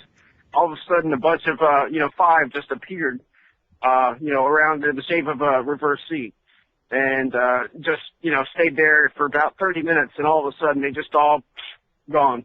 So I was wondering if anyone has seen anything like that. My first experience with the UFO sighting, I was about 17 years old. All the rest of the craziness in my life happened pretty much. I mean, it's always crazy. You discover something new and crazy every day. But I was in a gated community called Coto de Casa. It's here in South Orange County, really rich and protected community. It's not, you can't even zoom in and Google Earth on it. They paid like extra homeowner association fees to Google to keep them protected. But I was there hanging out with friends, had a bunch of friends that lived in there, but we were hanging out about 2 a.m, and silent, other than the sound of helicopters. You look up and there's 2 helicopters, and they are escorting a triangular shaped object. The only reason I knew it was triangular is because it had at every point, it was 3-pointed triangle. Every point it had, well, of course it's 3-pointed triangle, but it had a red blinking light, like just pulsing, at the same time. And as it traveled with these 2 helicopters beside it, I could tell these lights weren't part of the helicopters because it would blank out all the stars while it was flying over us. And yeah, it was me and about 4 other buddies that witnessed this. That was my first experience, but over. I don't know if you've heard, but I heard all these triangles or shapes like the Phoenix Lights. Some say it's one giant craft. Others say it's smaller crafts. I heard they're pretty much geometrically connected to each other in that shape. And imagine holding a dime as high as you can and pointing it at the sky. This thing was smaller than that. This thing was way up there. It was a total of 7 lights. I think 7. Imagine, again, 6 lights, connect the dots in the shape of a C, reverse C, and then put a dot in the center of it. That's what I saw, and they were all perfectly connected there. I mean, they were all equally spaced. You know what I mean? But yeah, so that's what I was wondering about. If anyone's seen anything like that, and I've always seen this type of stuff between spring and fall time. Hold on, equally spaced lights. Was it a sphere in the shape of a sphere, or what shape was it? Well, imagine draw C, draw C, and then reverse it, so it's a backward C, right? And they were in that shape, and then there was one in the middle, but all these lights in the shape of the C appeared after the one in the middle did. Sounds like a crescent moon. Crescent moon, kind of like a lot of the Middle Eastern flags are all, they ride the crescent moon. So that's the kind of thing, right? Right over my head, too. How can I see it when it's something right over my head? Like, directly look up as hard as you can, and that's where it was, all over my head. Same with this jet, with this spotlight in the sky following it. As soon as I looked up and followed this jet, like, oh, cool, a jet. Like, What the heck is that? He released a flare? No, this thing just kept following along with him. Kept side by side, parallel with him, until jet went over the horizon. But this thing went up, and away. This thing went up and away at the same speed. I have had an experience, but I just want to know what color were the equally spaced lights? Well, they were all white. They were all white. Both of these lights that I saw are all white. Like, again, spotlights in the sky. This was in Graham, North Carolina. I have had that experience, actually. I was on a beach on the south coast of England, and this was in my younger days, and I was actually having a really serious Kundalini experience. And I was punching out like a load of energy out of my chest, and it got to the point where I was actually careful of my geometry. I had to have certain people around me, and when the geometry of those people around me broke, I started to get under serious distress. And so while I was on the beach chatting to some people, I looked up into the sky for some reason, and I saw exactly what you described, these white objects. I thought they were helicopters at first, but then I started to think, why would there be like 10 or so helicopters creating the shape of a sphere or like a semicircle, equally spaced in the sky? And I couldn't understand it, but I was so... with no sound, right? No sound. No sound. And it's like as this thing was, they were kind of rotating very slowly, all of them at the same time, and then a new light would appear, like that maybe you couldn't see a moment ago, and it was like, and they were, like I say, it was spherical, so they weren't lanterns or anything. It wasn't that far away. One by one. Did they appear one by one? They just kept popping up. Like, what the hell is that? Oh my gosh! One by one. Yeah, that's exactly what happened. That's exactly what happened. And so they were all rotating slightly, and one would appear, and then another one would appear. Now, I thought they were helicopters in formation, but I've never seen in my life like 10, 15 helicopters in formation creating a circle in the sky. So it wasn't that. I mean, it was just I was trying to think. Obviously, I was young and I was thinking as rational as, we're taught to think at the time. So, yes, I have. That's exactly what I experienced. I don't really talk about it that often because... we love that. But I have another question, though. When these things disappeared, the other ones, in the shape of the semicircle, they just kind of faded away very slowly. You could see them. They just faded. All of a sudden, the one in the center, about a minute later, just gone. Just in the blink of an eye, gone. Just disappeared. Light cut off, basically. This thing, which I presume now I'm older, was a UFO. Wasn't that far away. It was over the sea. I was on the beach and it was just like slightly, it's hard to say, obviously, distance, but it didn't seem that far away above me. But like I say, I was under such duress because my Kundalini was active and I was channeling all this energy and I couldn't break the flow. It's hard to explain. And the funny thing was I was talking to a friend, and I was just distracted, so I didn't even pay attention to watch it because it was much more important, if you ask me, than what was happening to me at the time. I don't know. But it seemed as though it might have been related to what was happening in my environment at that time. I don't know. Is there anything was there anything happening in your environment maybe that would have suggested its presence? Well, no, I was out in the front yard probably having a cigarette, and I just happened to look up, and I've got witnesses, my old neighbors. Again, I don't live there anymore. This was in Graham, North Carolina. But, the neighbors were outside. He was playing with his kid, and the other neighbor, who was my younger half-brother's friend, he was outside. I'm like, dude, what is that? And then the other neighbor comes over like, what are y'all pointing and looking at? And I showed them, and they saw it too. I mean, I'm not freaking great. I'm really glad you called up because I'm not. Firstly, the white light is quite rare. Normally it's a coloured light on UFOs. They look like stars at 4:00 in the afternoon on a summer day. I mean, and you say they were at least 7, 8 on summer. and you say each so you get one adding to the other, and then you blink on. Did you say? Yeah, but one appeared. The bright spotlight in the sky appeared. Then imagine, again, connect the dots in the shape of a C with about 5 or 6 dots. Yeah, I don't remember. Exactly the same. And one at a time. Yeah. Then all of a sudden the semicircle faded away, and then the spotlight just disappeared. That's exactly what I saw. This ended at like 5 o'clock. I mean, they were there for a good half an hour. And right above our heads. Like I say, that was exactly how it appeared. It was, obviously I was probably seeing just part of the sphere, but as it was slowly rotating, one would blink on, and then the next one would blink on, and they're evenly spaced, yeah? So, yeah, that's exactly what I saw. In the geometric pattern. That's why I think when people say they saw the Phoenix lights, they thought it's one giant ship. That's why I think it was multiple ships, all geometrically spaced, in a pattern. Actually, no, I have seen that before. There's NASA footage of something similar as well. Have you seen that one? Yes, I have. I've seen a lot of them, but I assume I've seen the one you're talking about. Yeah, where they create a geometric pattern and they blink on gradually. Yeah, that's very similar.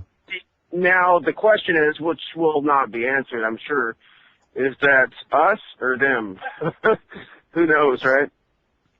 It's harder to say nowadays, obviously, because the government are catching up technologically with, that kind of propulsion, those kind of propulsion systems. But, way back in the 20s to, before the 40s, let's say, it was probably more likely that they weren't us. But now it's becoming more likely that these craft are military associated. And the interesting thing, there's much more sightings in the US than in the UK, which makes me suggest that a lot of it is military orientated.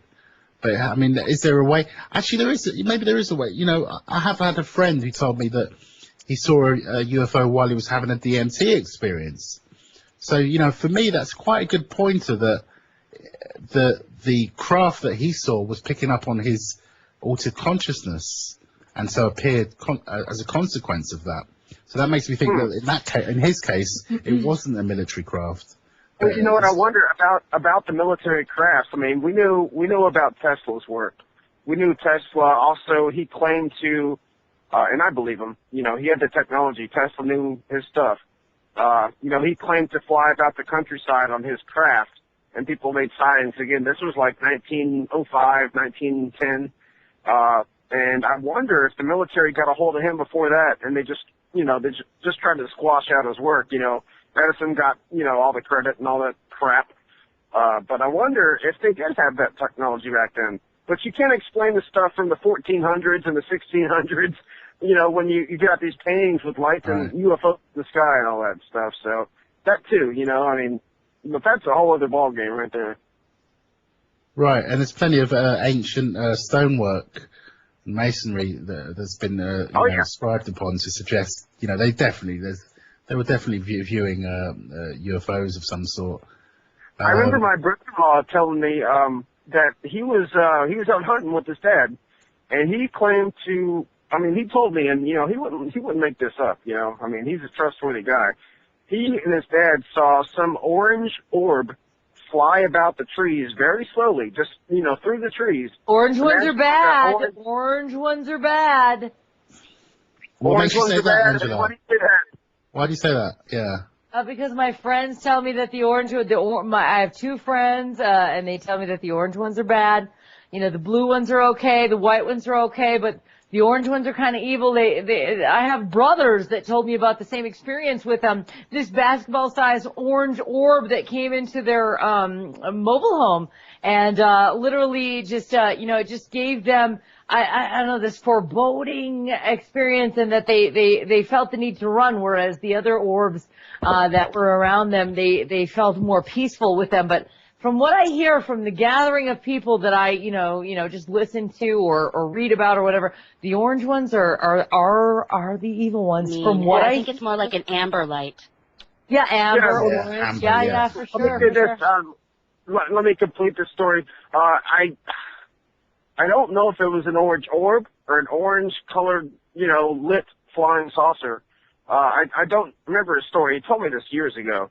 But it was either, imagine an orange flying saucer flying slowly, probably 100 feet up off the ground behind the trees. Sounds like an orb. And on top of that, my second note is that, when it comes to warning signals in nature, I mean, blue, green, are all good, but orange, red, and yellow, just like a stoplight, are all like caution. So just be careful. But, I don't know that for sure at all. I actually remember I took some interest. There was one I don't know if you guys have seen it. There was quite an interesting incident in Jerusalem where above the mount, one of these orange orbs dropped, and then exhibited very much. It didn't look like a UFO. It didn't look like a craft. In fact, when I slowed down the footage and cleared it up, it looked more like a winged entity, to be honest, because when I slowed it down, it looked like, honestly, it looked like a winged entity. So, and then there was a big flash, and then this thing just shot up quite a speed back up in the air. And I observed the video, and there was 3 angles taken of this. One was a fake, probably designed to release to, say so everyone could say, oh, it's a fake. But I believe, and also based on the 3 angles that this thing was observed at, that it was a genuine incident. And if you put Jerusalem UFO, you'd be able to find it on YouTube. It's quite an incredible footage. And that to me made me think that a lot of these crafts or orbs are actually entities and not, physical craft as such. Certainly in that case, anyway. Well, gentlemen, it looks like popular consensus says we are going to go overtime on the GrayZone Roundtable. We're going to go a quick 3-minute break, and we'll be right back. Everybody hold tight. Just Rectify, I'm going to call back, dude.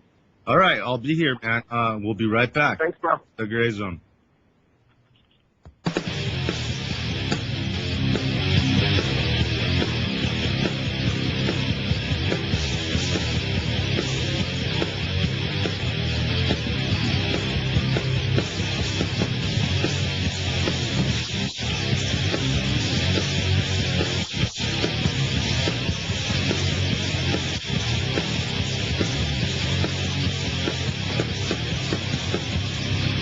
Rectify.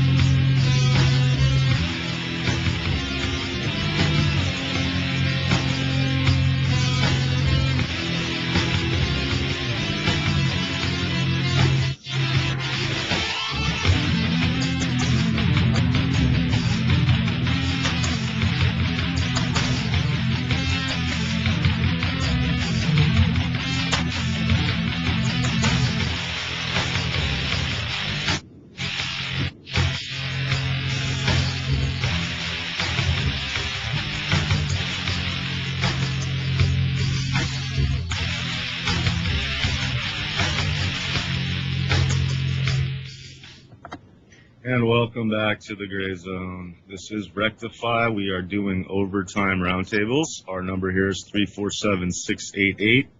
347-688-290. Whoa, did we just lose him? He was there. Just dropped. Oh my God. Rectify, come back. So do you think we're off the air? Is the server right No, I don't think so. Look at my picture. We're on air probably. Well, I'll just go ahead and... Sorry about that. He was in a different dimension just for a moment. I'm the GrayZone. I'm back in this dimension on the third. Let's think of on the GrayZone. We're with Heather Holman, Angela Black, Miss Michelle from the chat room, Brian. Wingman, and also now we've been joined by Pete. How you doing, Pete? Would you and like? also, just everyone, we're on Revolution Radio at freedomslips.com. Oh, yeah. Go for that, Angela, please. It's the number one listener-supported station on the planet, and we're the most awesome-est people on the planet. So basically, if you want to continue listening to us, you're welcome to donate and or buy some seeds, something from the survival store, etc. And you can just go on to the donate button over on the side of the screen at your left on www.freedomslips.com. Also, please join our chat. If you're not in chat, you're really missing about half the show. Don't you agree, Rectify? Yes. Absolutely. I mean, it's a great place to exchange information, make friends, have a family, and I mean, it's one of the reasons that I keep coming back, and not only to be on air and listen to awesome hosts deliver unpaid for information, if you know what I mean.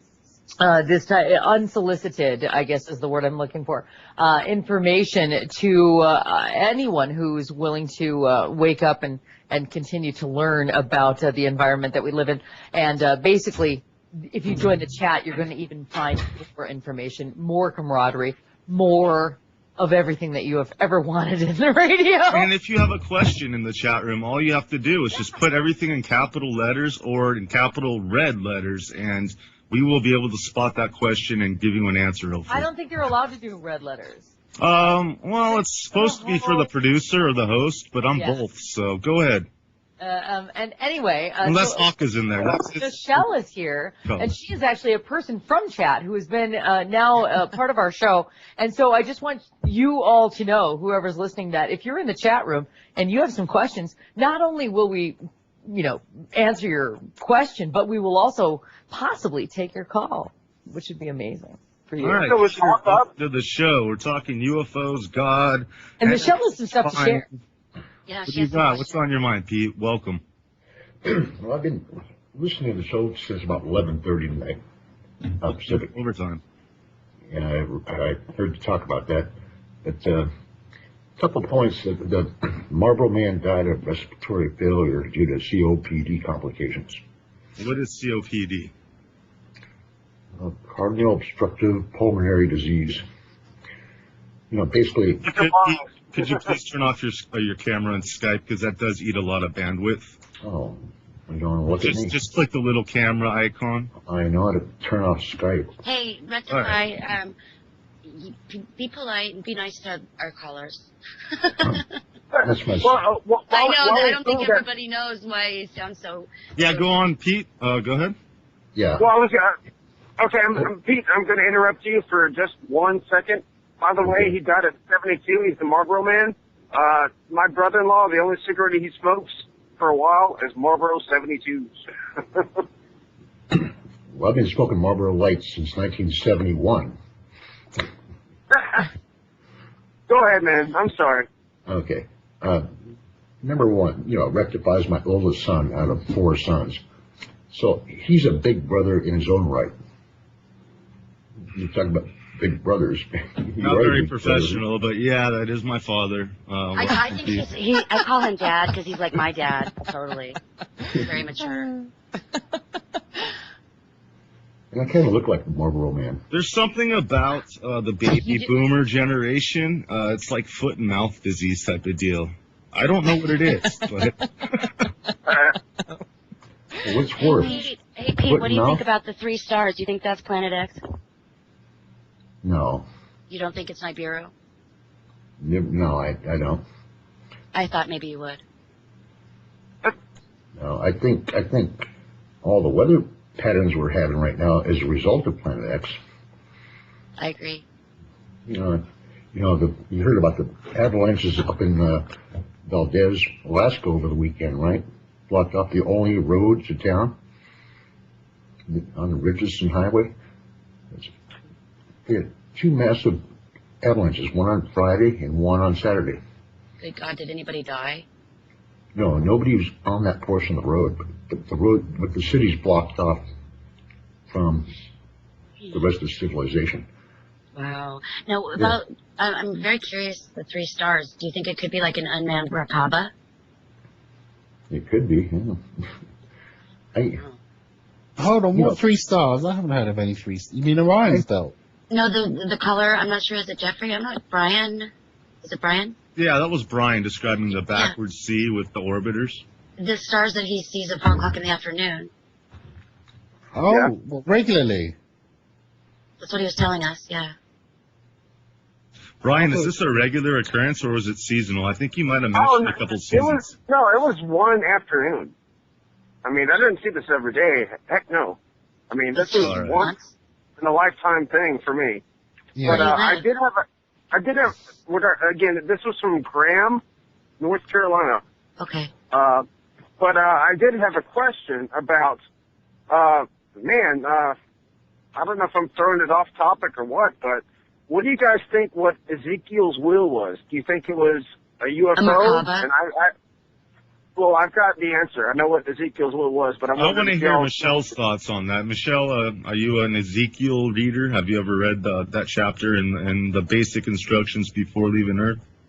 No, I'm sorry, I haven't. I'm not actually familiar with it. So if you wanted to just give me a quick rundown of what that is, that would be great. Go for it, Brian. You got the floor.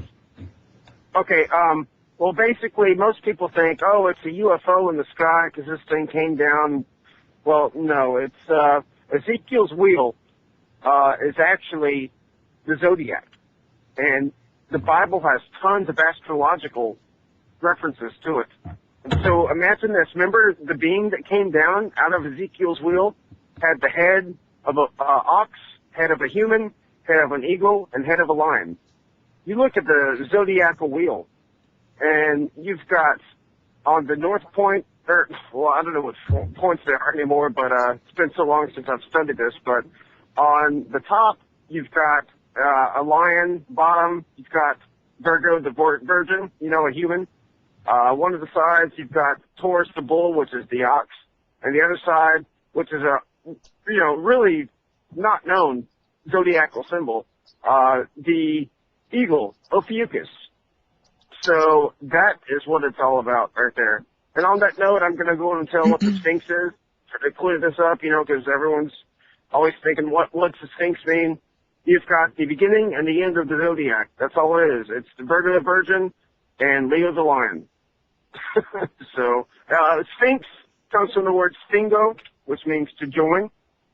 S-T-H-I-N-G-O, look it up, means to join. And join the beginning and the end of the zodiac, Leo the Lion and Virgo the Virgin. That's all it is. And I guess they put it there just to try to make a point for our modern society. So, yeah. So what bearing does that have on the interpretation of that chapter of the Bible? What's that?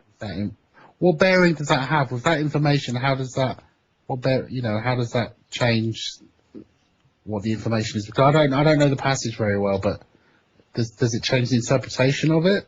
I mean, what's your interpretation of that? Well, I don't know. Look up the author, E.W. Bullinger, B-U-L-L-I-N-G-E-R, and he's got his own version of the Bible, which is called the Companion Bible. Not the Bible Companions, they're out there everywhere. But look up specifically the Companion Bible by E.W. Bullinger, and each page is divided by 2, and he tells exactly what each line means. He's got tons of footnotes each page. But then he's got the appendix, which I didn't know, for a while. I finally read that, and it's, oh my God, he's got tons of references right there, and that's how I learned about Stingo and Sphinx. So, but if you want the true Bible, you want a real Bible, get the Companion Bible by E.W. Bullinger. And he's got other books called, Number the Stars and all sorts of stuff, about, numerology and astrology in the Bible. Well, I like to do a fun fact of the day on the Gray Zone, so I'm going to throw, a discovery I found today I thought was pretty amazing. But did you know that if you took the cap of either of the pyramids, it would fit perfectly and symmetrically on top of any quartz crystal? It's exactly the same dimensions, the same angular geometry. Yep, as a quartz crystal. So think about resonance when you think about that. Go on. Well, speaking of resonance, I mean, how do you think they built the pyramids, Rectify? I'm curious, your opinion? I don't think we're ever going to really know this. It's the same question if the man that built Coral Castle in Florida was still alive. If I got him in an interrogation room, I'd figure that out, I think. But I don't think the average person's ever going to realize that. Well, no, I don't think the average person will, but those who want to find out will find out, and it has to do with, I believe, acoustics, you know, and, you know, resonance, like you said, and look up, you know, Tahitian, is it Tahitian? God, I forgot. Again, it's been so long since I researched all this stuff. I thought I knew, but come on, I'm tired, man. It's hard to pack it all in. We can only hold so much memory, and then it overflows, and, you know, the new stuff comes in, and the very old stuff goes out, and it gets frustrating. Well, I feel actually, you're right, but it's nothing. It's Tibetan. Tibetan acoustic levitation. Looked it up. Tibetan acoustic levitation. And that's how they built the pyramid as far as I'm concerned. Tibetan acoustic levitation. Oh, Michelle, you had something to say? Yeah, I just wanted to say that JP had a really interesting guest on not a couple of weeks ago, I think it was, and she actually researches sound and music. She's a musician, but she's really interested in the use of sound, ancient use of sound. And this is one of her theories, is that the Egyptians used sound to move the stones. And what she was saying was music being for entertainment is not necessarily what they used to do back in that time. They used to use sound, she was saying, for all sorts of things, healing, to do work, to do all sorts of things, and entertainment really wasn't one of them. Yeah, she's got some really interesting things to say, but that was definitely her take on the whole thing. I have to say I agree. I mean, I've always tried to consider what was our voice created for, because our mouths were made to eat maybe, but what is the voice for? I mean, is it to praise God? I mean, what is the purpose of the voice? I don't think it was language. To scream in pain, maybe, just like as we come out born. Sing like angels, and, you know, we all are a song. All we have to do is open our mouth. You had something to say? Pete, you still there? You muted? Yeah, I just muted my mic for a second. Go ahead. Well, why was you reading my mind or what? No, I was just thinking, talking about that Coral Castle in Florida. Wasn't that Edward Casey? Don't think so. No, what was his name? It wasn't Edgar Casey. It was, I'm drawing the blank on his name too, man. Again, it's definitely not Edgar Casey. We're talking about a castle somewhere? Yeah, it's made out of coral, huge pieces of coral. Go ahead, Pete, explain for all the listeners that don't know. Well, I'm not up to date on all this. What is that noise? Someone's shuffling on their mic, by the way. Oh, no, that's my notebook. I just had to move it around a second. No, I don't know all the history of Coral Castle off the top of my head. But you keep talking about Ezekiel as being a chapter. It's not a chapter. It's a book in the Bible. There's chapters in each book and then verses within each chapter, but Ezekiel is actually a book of the Bible. Oh, that was my bad, sorry. All right, I'm going to attempt to pronounce Coral Castle's last name, creator's last name. It's Edward Leedskalnin. Leedskalnin, yes. Leedskalnin. Nicely done. Leedskalnin. You know, yeah, basically, for all those that don't know what Coral Castle is, it's an anomaly, just like any other monolith around the world. It's giant pieces of coral that no human or any piece of machinery that we know conventionally could move. But this guy, in the middle of the night, would pull these pieces of coral and build this castle out of it, and nobody really knows how he did it. So a lot of theories are using resonant frequencies. He physically vibrated them out of the ocean and into this foundation where he built this castle. But you can go see this in Florida. Nice, like a sonic thing, kind of, you know. It's like when has anyone ever Googled, check on YouTube? I'm sorry, Rectify, dude. Again, I've got a delay, man. If I interrupt, I'm sorry. Well, I was going to say, anyone who wants to know what this is all about, look up simply on YouTube acoustic levitation, and you'll see them levitating drops of water. Right, there's a way to do it with the sound. And on top of that, look what's called a Chladni plate. I think it's it's either CLADNHI or CHLADNI. But yeah, maybe imagine one of our listeners can find it. Yeah. Yeah, well, it's called a Chladni plate, and it's a steel plate, and they've got it hooked up to sound frequencies and whatnot and resonance, and they've got they either put salt or sand on it, and every time they crank up the frequency, once it gets an exact pitch, an exact hertz, then all of a sudden this thing will form geometric patterns. The higher you go, the more geometric it gets. So there's a way to, do things with sound. There's definitely a way. Can you imagine the earthquakes, though, at that size? And I was corrected by Pony. Thanks, Pony. He says the castle is actually built out of large monolithic stones, not coral.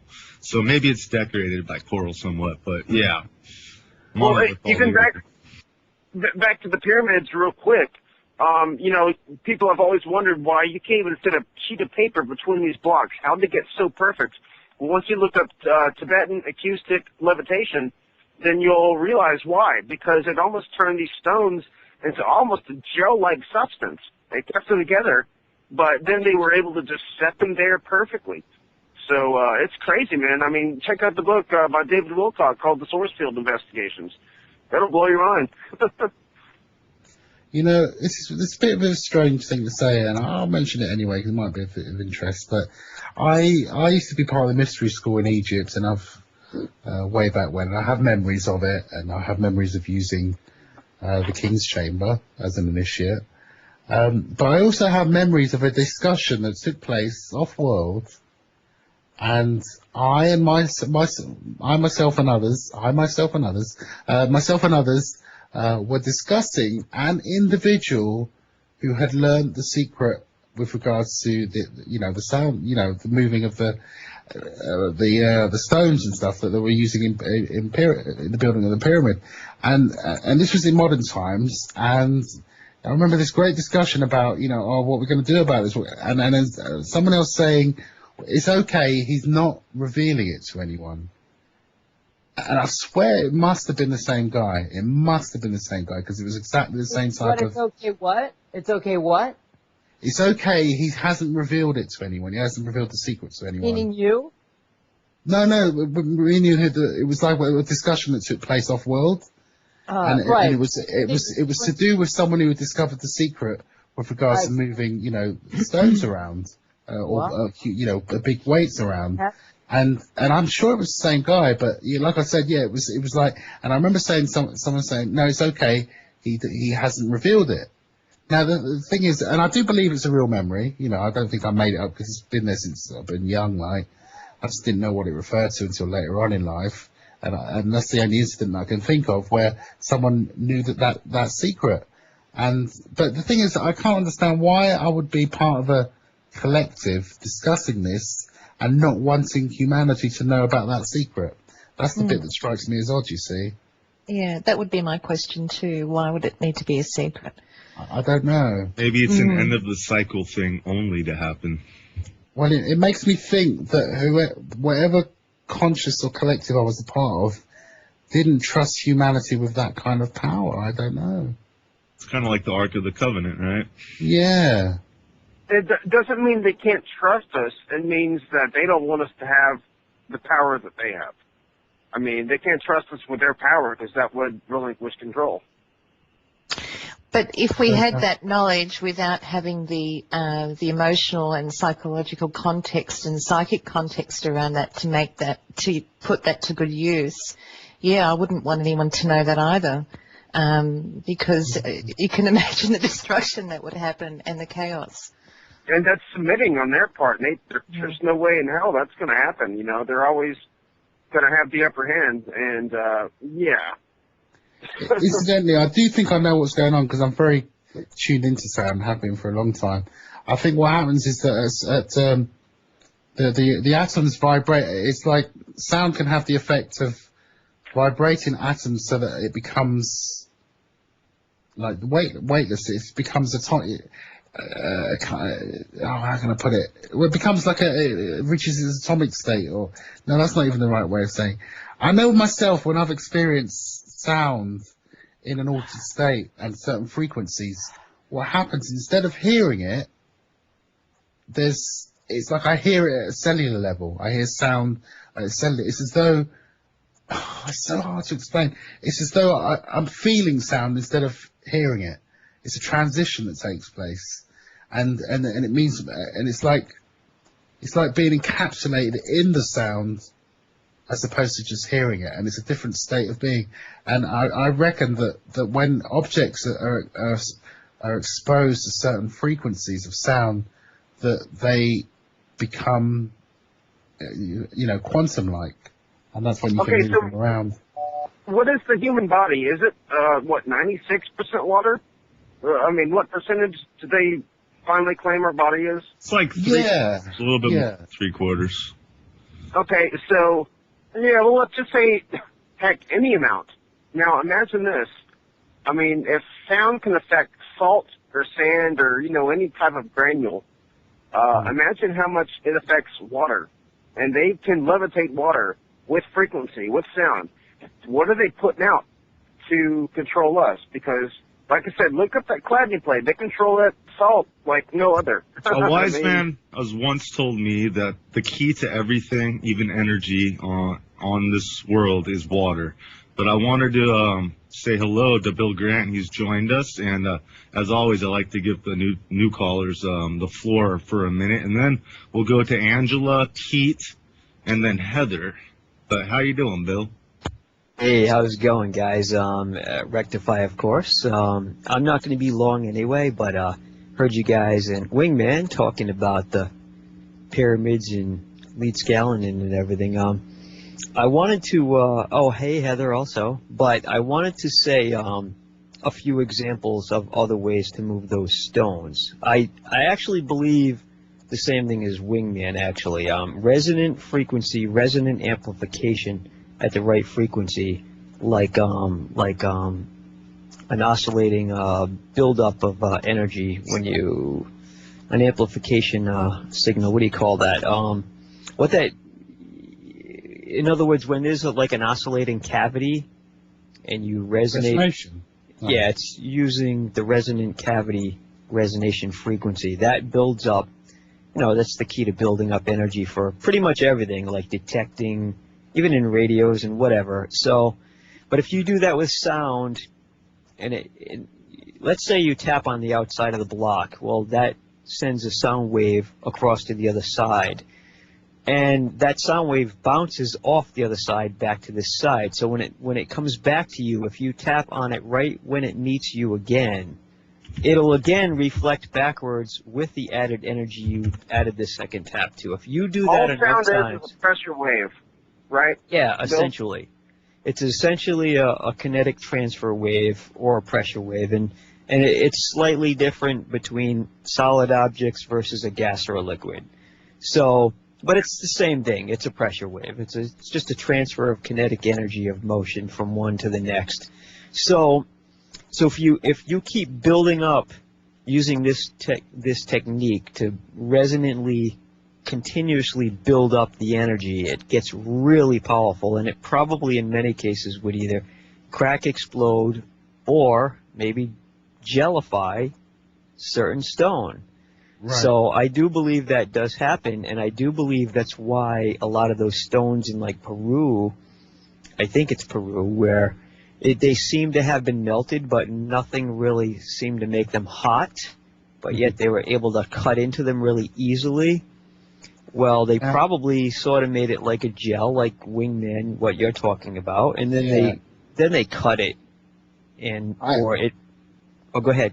I was just going to say, I have interesting thing, the jellification of an object. I have seen an experiment done with, the theory that an opera singer can break a wine glass with her voice or something like that. Where I saw an experiment of someone testing frequencies with a big amplification next to a wine glass, and just before the wine glass shattered, it jellified. Yeah, So I maybe keep Well, look there's at the same John. thing going on with the Look at rocks. John Hutchinson's experiments. John That- Hutchinson, you know, I mean, he had cannonballs that sometimes would levitate. Sometimes he had ones that blew up. So, right, and they would gellify, and that's what I was going to bring up, but that's not why I called. There are normal ways to move the pyramid stones, and there is actually some evidence for the blocks to have been rolled, okay? But before I get into that, I want to explain that normal vibration alone, if you have a nice smooth block on top of, let's say, a smooth path, and you literally just vibrated the block with anything that vibrates it, it will make it so that you could easily push it along. Yeah, like that game in the arcades. Yeah. You know, but with the pucks, and you hit the puck and it's on a vibrating table. The hockey game or soccer. Yeah, I remember exactly. They're combining air blowing up and vibration, but you only have to have vibration. Right. If it's just simply vibrating, it will make it so that it's sort of bouncing itself off of the thing you're... In a sense, it's kind of uplifted up in the air a little bit as you push it, so it can easily glide along like it's nothing. So if they use trumpets and different tuning forks into maybe a sidewalk-like pathway mixed with a tuning fork in the rock or on the rock blocks, maybe that was one reason. Okay, but what I read in a magazine many years ago, this construction worker was trying to make... He was trying to figure out how to make his job go much easier, and he finally came up with turning his blocks, his crates into a wheel. He put them into turned them into something he could roll. So he did research into Egypt and found that one mystery about Egypt was what's called the cradle, and what they say is a tool. It's like a wedge. They say they tried to wedge between rocks and different things to chisel or separate stuff or whatever. So it's like, what it was like a moon, almost like a half moon.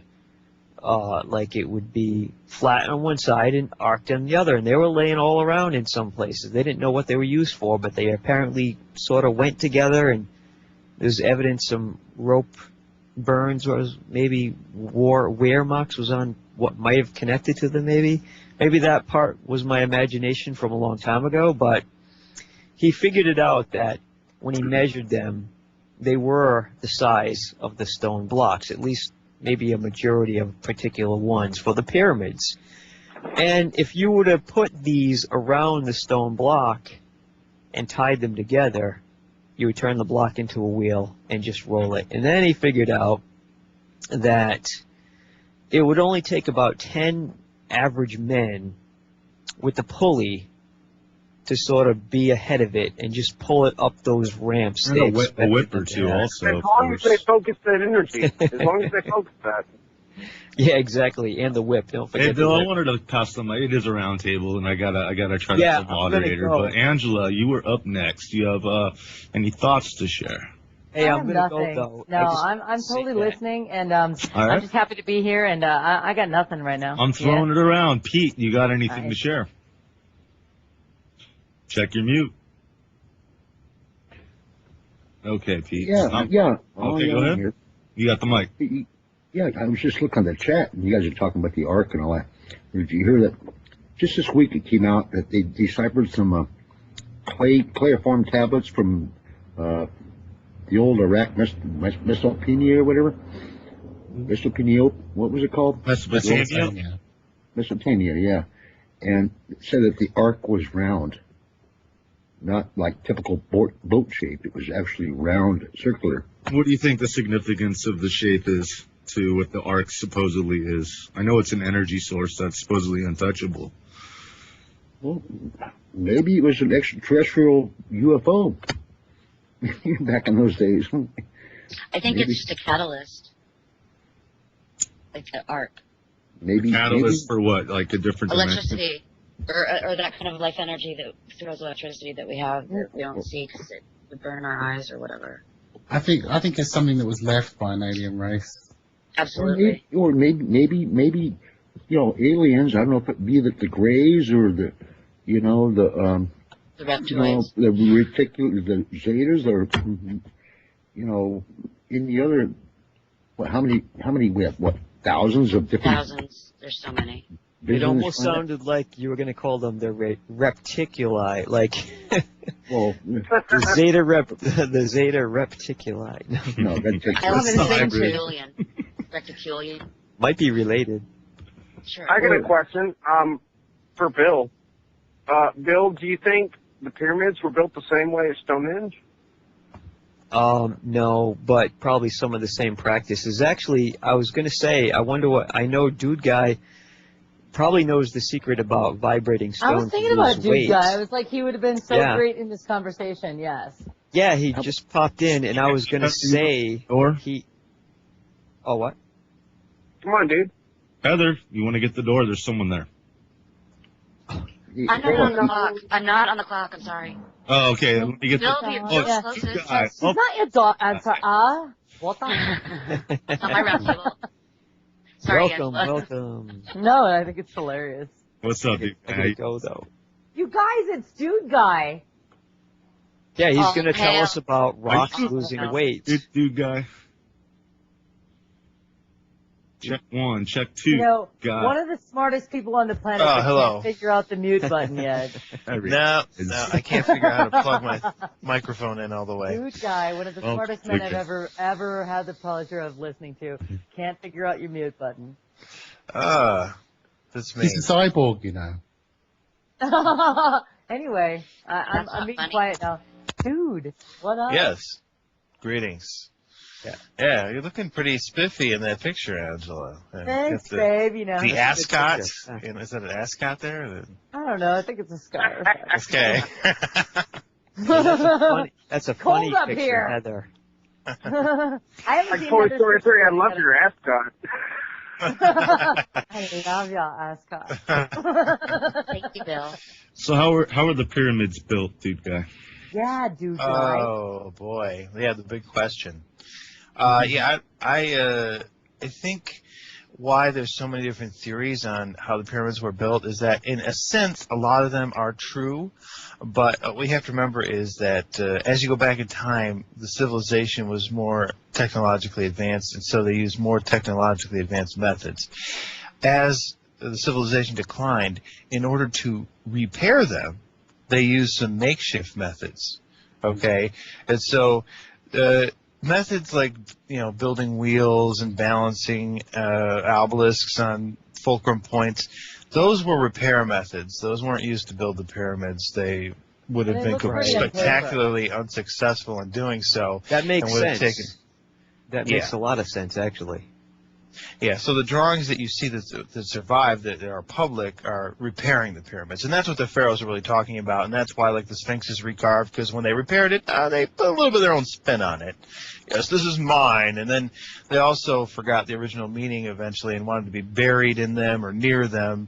You notice that there was never any bodies found in the pyramids, but there's bodies found nearby in mastabas, and so they want to be associated with them. But they still have enough respect for them never to carve their own name into the pyramids. And so you'd think if the pyramids were a tomb, they'd at least put their name on it, on the outside. But it never happened, So why do you think there are no hieroglyphs in the pyramid, dude guy? Hieroglyphs? There's no hieroglyphs. There's the red writing. It's like a crayon. It was done in a much later time. It might even be a fake done in the 19th It is a centuries. fake. It was a fake for sure because they found that it was spelled wrong, and anyone at that time anybody who misspelled that word at that time would have been, first of all, beheaded, and second of all, they would have definitely taken it off and I fixed think it. it's much And, later. Guy, I've got a question. Am I right in saying that all the Sphinx is the Leo the lion and Virgo the virgin, because it comes from the word stingo, S-T-H-I-N-G-O? I don't think we can say over the length of the Egyptian civilization that any one symbol was always consistently one thing. The Sphinx meant many things. Hieroglyphics and symbols never meant exactly one thing. It's based on context of the times and of the other objects or temple that they're placed in. or near. So it might emphasize, in fact, it depends on the person who's interpreting it as well with hieroglyphics, because there's levels of interpretation. There's a material level where you're very literal. So a symbol of a crane Logical, or ibis literal, might just mean the grace. Yeah, it might just mean the grace of the ibis to you. And then in a like a mental sense, it might mean the geometry or the action the ibis performs. It might mean an energy state. And then in a spiritual sense, I'm not talking about hieroglyphics at all. I'm talking about the astrological zodiacal signs of the Virgo and Leo the Lion. Yeah, but those are symbols. Means to join. Yeah, but they're still symbols to the culture, and so in a sense, all the tarot cards, the zodiac, they're all pictograms. I wanted to give everybody else a chance to get on, Dewdguy. Michelle, do you have anything to add? I don't have anything to add, but I have a little story to relate. Heather and Angela want to hear it for some reason. If you're feeling it, then ride with it. Yeah, let's do it. Go with the well, poses. speaking of aliens and arcs and things like that, when I was many moons ago, when I was just a young lass of 19, 20. It's half my life ago. I used to live in an area of New South Wales called Byron Bay. You may be familiar with that, people overseas. And it's kind of like, I don't know if you've heard of Nimbin. Have you heard of Nimbin? It's like the hippie capital. Cool. Yeah, it's known as the hippie capital of Australia, and it's where they sell. They're right into marijuana and all that kind of thing and whatever. Anyway, I used to live up in that area for quite a while. So it's Haight-Ashbury. It is a bit like that, yeah. And I was a massive hippie, but this was the early 90s, and I used to actually put on doof parties in the bush. And it wasn't bush, it was parties in the bush? Yeah. Rainforest parties. So oh, nice. Yeah, so, we used to have a lot of sort of trance music and things like that and lights and, we'd all get out there and dance all night and, it was actually really, it was fantastic. But anyway. A rave in the outback. That sounds so cool. No, it was in the rainforest. This is right on the coast, so it's not in the it was actually in the hinterland behind the coast. Way cooler than any of us are. But anyway, that's not really the point of the story. I'm just kind of painting the picture here. So we had this one party once, and there was a guy at the time hanging around. I don't know if he's still there or not, but we used to call him something like UFO Dave or something like that. And in that circle, like UFOs and aliens was a big hot topic. And obviously we were all experimenting. And one of the, not that I ever did this one, but DMT was a big one at the time. So a lot of people were talking about, conversations they were having with interdimensional beings and all that kind of thing, and all their experiences. And anyway, one night I was at a party and I had a little bit of acid, but it was like a liquid acid. I can't remember what it was called exactly. Oh, interesting. Go ahead. So I don't know if the rest of the story is valid, but I thought I'd better say that up front. So anyway, it was very strong, and I had a great time. I remembered I had such a great time I had to go outside. Because we're actually in a little hall, and I was sitting down outside having a cigarette, looking out into, whatever I was looking at. And this UFO Dave, now I remember seeing him walking with just a couple of people, and I remember him saying goodbye. And now UFO Dave, just to paint a picture, was a really eccentric character, very wealthy, but just really eccentric. And he looked a bit like Andy Warhol. Actually, he looked a lot like Andy Warhol. I think he was albino even. He was just a really strange guy. And he was right into UFOs and all of that. Anyway, I was watching him go, and he was waving goodbye to someone, and he hardly ever talked to people, actually. And then, I don't know, to me, this is what it looked like. It looked like I saw the car, and then I saw it turn into a spaceship, and then I just saw people just piling into it, and it didn't stop for about 10 minutes. Like, I'm talking lots and lots of people. And then I didn't see the car go away. I just saw the whole all vanish. And that, I was completely dumbfounded by that. And I thought, wow, this is what I've taken tonight is really strong, or I've actually just seen something very bizarre happen. And there was no car that took off. It was all these people just kept piling in. It was really bizarre. And then they just... From where? Where were they coming from? Just people, friends, I don't know. They were just people that were at the party, and they were just piling into this car. And it was only, from memory, he only had a small car. I mean, you can only fit, 5 people in a car? And they just kept piling in, and it didn't stop. And I was sitting there watching. Like a clown car? Yeah, it was a bit like that. Except that it just disappeared. It was kind of like it didn't drive off, or, it just sort of disappeared. It was really, really bizarre. This was a clown car spaceship. That was a clown car spaceship. You didn't see anything. Dang it was a clown car spaceship. Did you see UFO Dave again after that?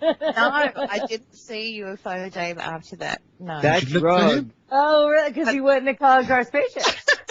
He took off. He took off into another dimension. Yeah, but maybe that drug actually made them all capable of doing that, and they probably took that drug all the time. And if you kept taking that drug, you may have found out the truth. I know. Damn, hell of a drug, man. I think we found a connection to the aliens, and that even they have to take that was a long time ago. It was. You're probably right, dude, guys. Was it Spice? Was it called Spice? No. There was no words for it. Yeah. The spice, the drug. I mean, because the spice. I can say that it was really words strong. Cannot describe that.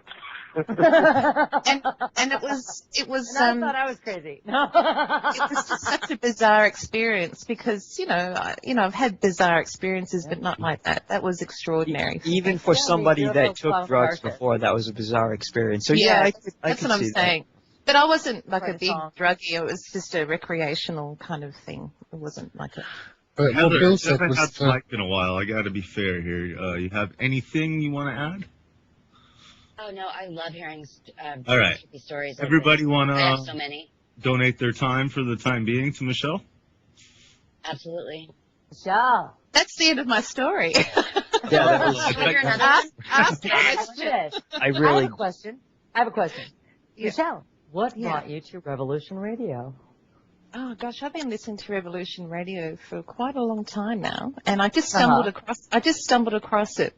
I was looking up online radio or something like that on the internet because I work from home or have worked from home for the last few years, and I listen to the radio all day while I'm working. So where in Australia do you live? In New South Wales. South Wales. NSW. That's right. I'm halfway between our capital, Canberra, and Sydney. So I see. I'm in the mountains. I'm in the in what they call the Southern Highlands. So is that a picture of you or like a famous actress or something from the past, maybe? I can't see pictures on this thing right now. Bill is very skilled at meeting women. Oh yeah, like teasing all this. Bill's taking LSD. Like the listeners can't see these pictures, so they have no idea what we're talking about. She's a very, very, very pretty woman, Michelle is. Oh, yes. Pretty woman. So's Heather. So's Noreen. And Angela. So was Angela. I can only see Angela. Peter ain't bad looking either. And I love those birds, Wingman. Hey, Michelle, can I just ask Michelle? I just want to ask Michelle about the environment. You mentioned you were in the kind of rainforest, the rave environment. Is there anything you can tell us about that environment that you identified with, that you recognised as being maybe different, or can you tell us anything about it? What was happening? I'll tell you something really interesting. Look, it was great question. Yeah, I was 20, 19, 20, 21. So, it's the time in your life where your brain or your mind you don't have any boundaries. You're completely open and you don't sort of know yourself at all. So I was, it was a fantastic environment for me to learn about myself, and I really did actually. And, it was a beautiful, natural environment. I got fantastic memories from that time. And, however, I have to say that the reason why I left was because I found that, on the outside, the circles that I was mixing in, there's a lot of people from other countries, a lot of Germans actually, and with, varying ages, and, we had a lot of older people. There was drugs on the scene as well, and all of that. But the thing was it was kind of like, I kind of felt like it was all very fake in the end and quite destructive, because I found that people were not real. And it was kind of like party or in your area? Just in this whole scene, this whole area, yeah. And it was kind of like there was a enforced happiness that you had to be happy. You had to have a placid smile on your face, and you had to be, above all, you had to sort of speak that spiritual hippie talk kind of thing. Wow. And like a hippie Stepford colony. That is such a heavy statement. It was kind of like that, and that's, my daughter shiny. will tell you that I'm the biggest hippie she knows, but I don't look like one. She always says that, because to me that's not what it's about. It's not about how you speak or what you look like. That was my nickname in high school. It's about it's about how you see the world and I think, Michelle, how you move through your life. Yeah. That's a sign that you were outgrowing it. You were growing as a person, and young people need to attach to some type of archetype because they're looking for their identity and they want a starting point. It's kind of like getting a kickstart on something that's kind of been created for them to inhabit for a while and then transcend, hopefully. Yeah, and I think what happens is some people kind of fail to transcend it. They get attached to it, and they kind of, after a while, it becomes old and stale and kind of fake because you're not living up to your potential, And so you sense that some of those people are kind of refusing to move on or trying to create the illusion that this is the end all be all, Yeah, but you know what happens, and I find this with people who are, sort of born again Christians or whatever, that people become, and it was the same with that whole spirituality movement where, there are a lot of people that I was mixing with were in their late 40s, and I was only 20 at the time, so for me they were quite old. 50, and they'd all been in India, they'd all gone through the ashrams and did all of that kind of stuff, and they came back and somehow they posited themselves as these spiritual sort of gurus of the group sort of thing, and basically, if you ask me, looking for some decent sex with some younger people. Yeah, no, I didn't want to say that, but that's, there was a lot of that too. I mean, really, let's just and get I kind of felt like these people were not, they kind of just put themselves across as being better than you, but they actually weren't in a lot of ways. Right. Sort of saw through the ego, usually if you're ashram, part of the whole discipline is transcending the ego. So obviously they didn't accomplish it, I mean, well, a lot of them were from the. And they were still searching. Yeah, a lot of them were from that orange. What were they called? Hare Krishna. Not Hare Krishna. What was his name? Oh God. Osho. From Osho. They were Osho followers. Okay. And Osho taught. There was a thing that Osho taught, which was, that you're not.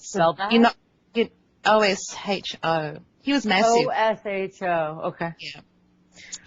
And a lot of them, he sort of taught this idea that you transcend your ego, and so therefore anything that you did was okay, because he felt bad about it. That was just ego talk. No, that's like the Church of Prosperity religion in Christianity now. Probably learned that from Charles teach Manson. that God wants you to be wealthy and anything. anything. Yeah, it was very Charles Manson-like. Yeah. Yeah, it's a cult. Yeah, it's the reverse of the actual meaning of transcending the ego, which means you don't ascribe all your knowledge and all your success to your own special significance in the universe. It's part of being connected to the universe is when you're really, in the zone and, giving and taking and being in balance. Part of being a parasite, or a kind of plague upon the system is to consider yourself so much better just inherently, no matter what you do. There's just to give you an idea, an example. After I left that area, I heard about one of our friends. He would have been about 45, 50. He was a DJ, and he was German, and all that kind of thing. But I heard that he left Australia. He went to Bali, Indonesia, and he set up his own little ashram, but it was all women and him. What an idealist. My God, he's so spiritually advanced. Basically, it's a harem. I can imagine a German 45-year-old DJ moving to Bali and setting up his own his own harem. They need a lot of spiritual advancement in Bali. I mean, former Dutch resort colony or something, they really need that spiritual upliftment. So I'm glad he sacrificed himself for the cause. Such a sacrifice. I mean, is he afraid of men? I mean... No, he was really out there, this guy. He was really out, but totally ego. It was absolutely. He frightened me actually a little bit. What's up, Brian? You done after this? You about to? Yeah, we're about to head out. We're gonna close the show down. It's been a good time. I want to thank everybody: Heather, Angela, Brian, Pete, Dewdguy, Wingman, Michelle, Bill. But I hope I'm not missing anybody that dropped out. But I got to put out a couple shameless plugs because I'm broke. But I do have an online business where I do fix computers remotely. It's the number 1 and then the words Price IT, as in One Price Information Technology.com. OnePriceIT.com. I'd like to check that out. Oh my God, I do remote support. I can come in flat rate. I don't screw anybody over. I do good work. I used to be the top notch in all of Orange County. But yeah, I gotta throw that out there because we're hurting. We all are. I know we're all hurting. So. You still are buying. Price. Yeah, the number 1, PriceIT.com. You want to tell them who you worked for in the past? We talked about last time. Who say you worked for? I've done IT for almost 20-something years. But, Don't be modest. He was Dr. Bell's IT guy. Yes, that's what I was getting to. But I didn't know if you wanted to bring that up. Sure. Yeah, Dr. Fred Bell was a good friend of mine for about 8, almost 9 years before he passed. The name rings a bell. Yeah. I forgot to tell. Yeah. But yeah, another shameless plug for Revolution Radio, which is still about 600, 700 bones below our limit or below our bill paying. And I'm going to buy those seeds. Yeah, I'm going to buy those seeds.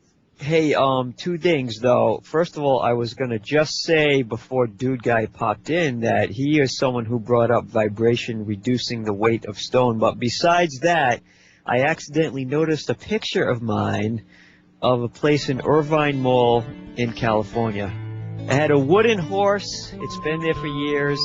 And now it's finally the year. Write it down, Bill, and get us next week. We'll be back on Tuesday from 2 to 4 a.m. Eastern Standard Time. Thank you, everybody. Please visit us, freedomslips.com. Hit the site support button. We love you. We love you. Cheers.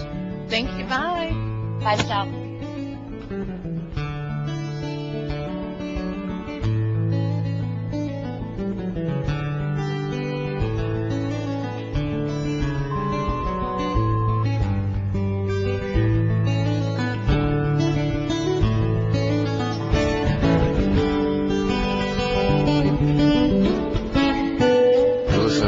Radio at freedomslips.com. And we'll be right back after this message.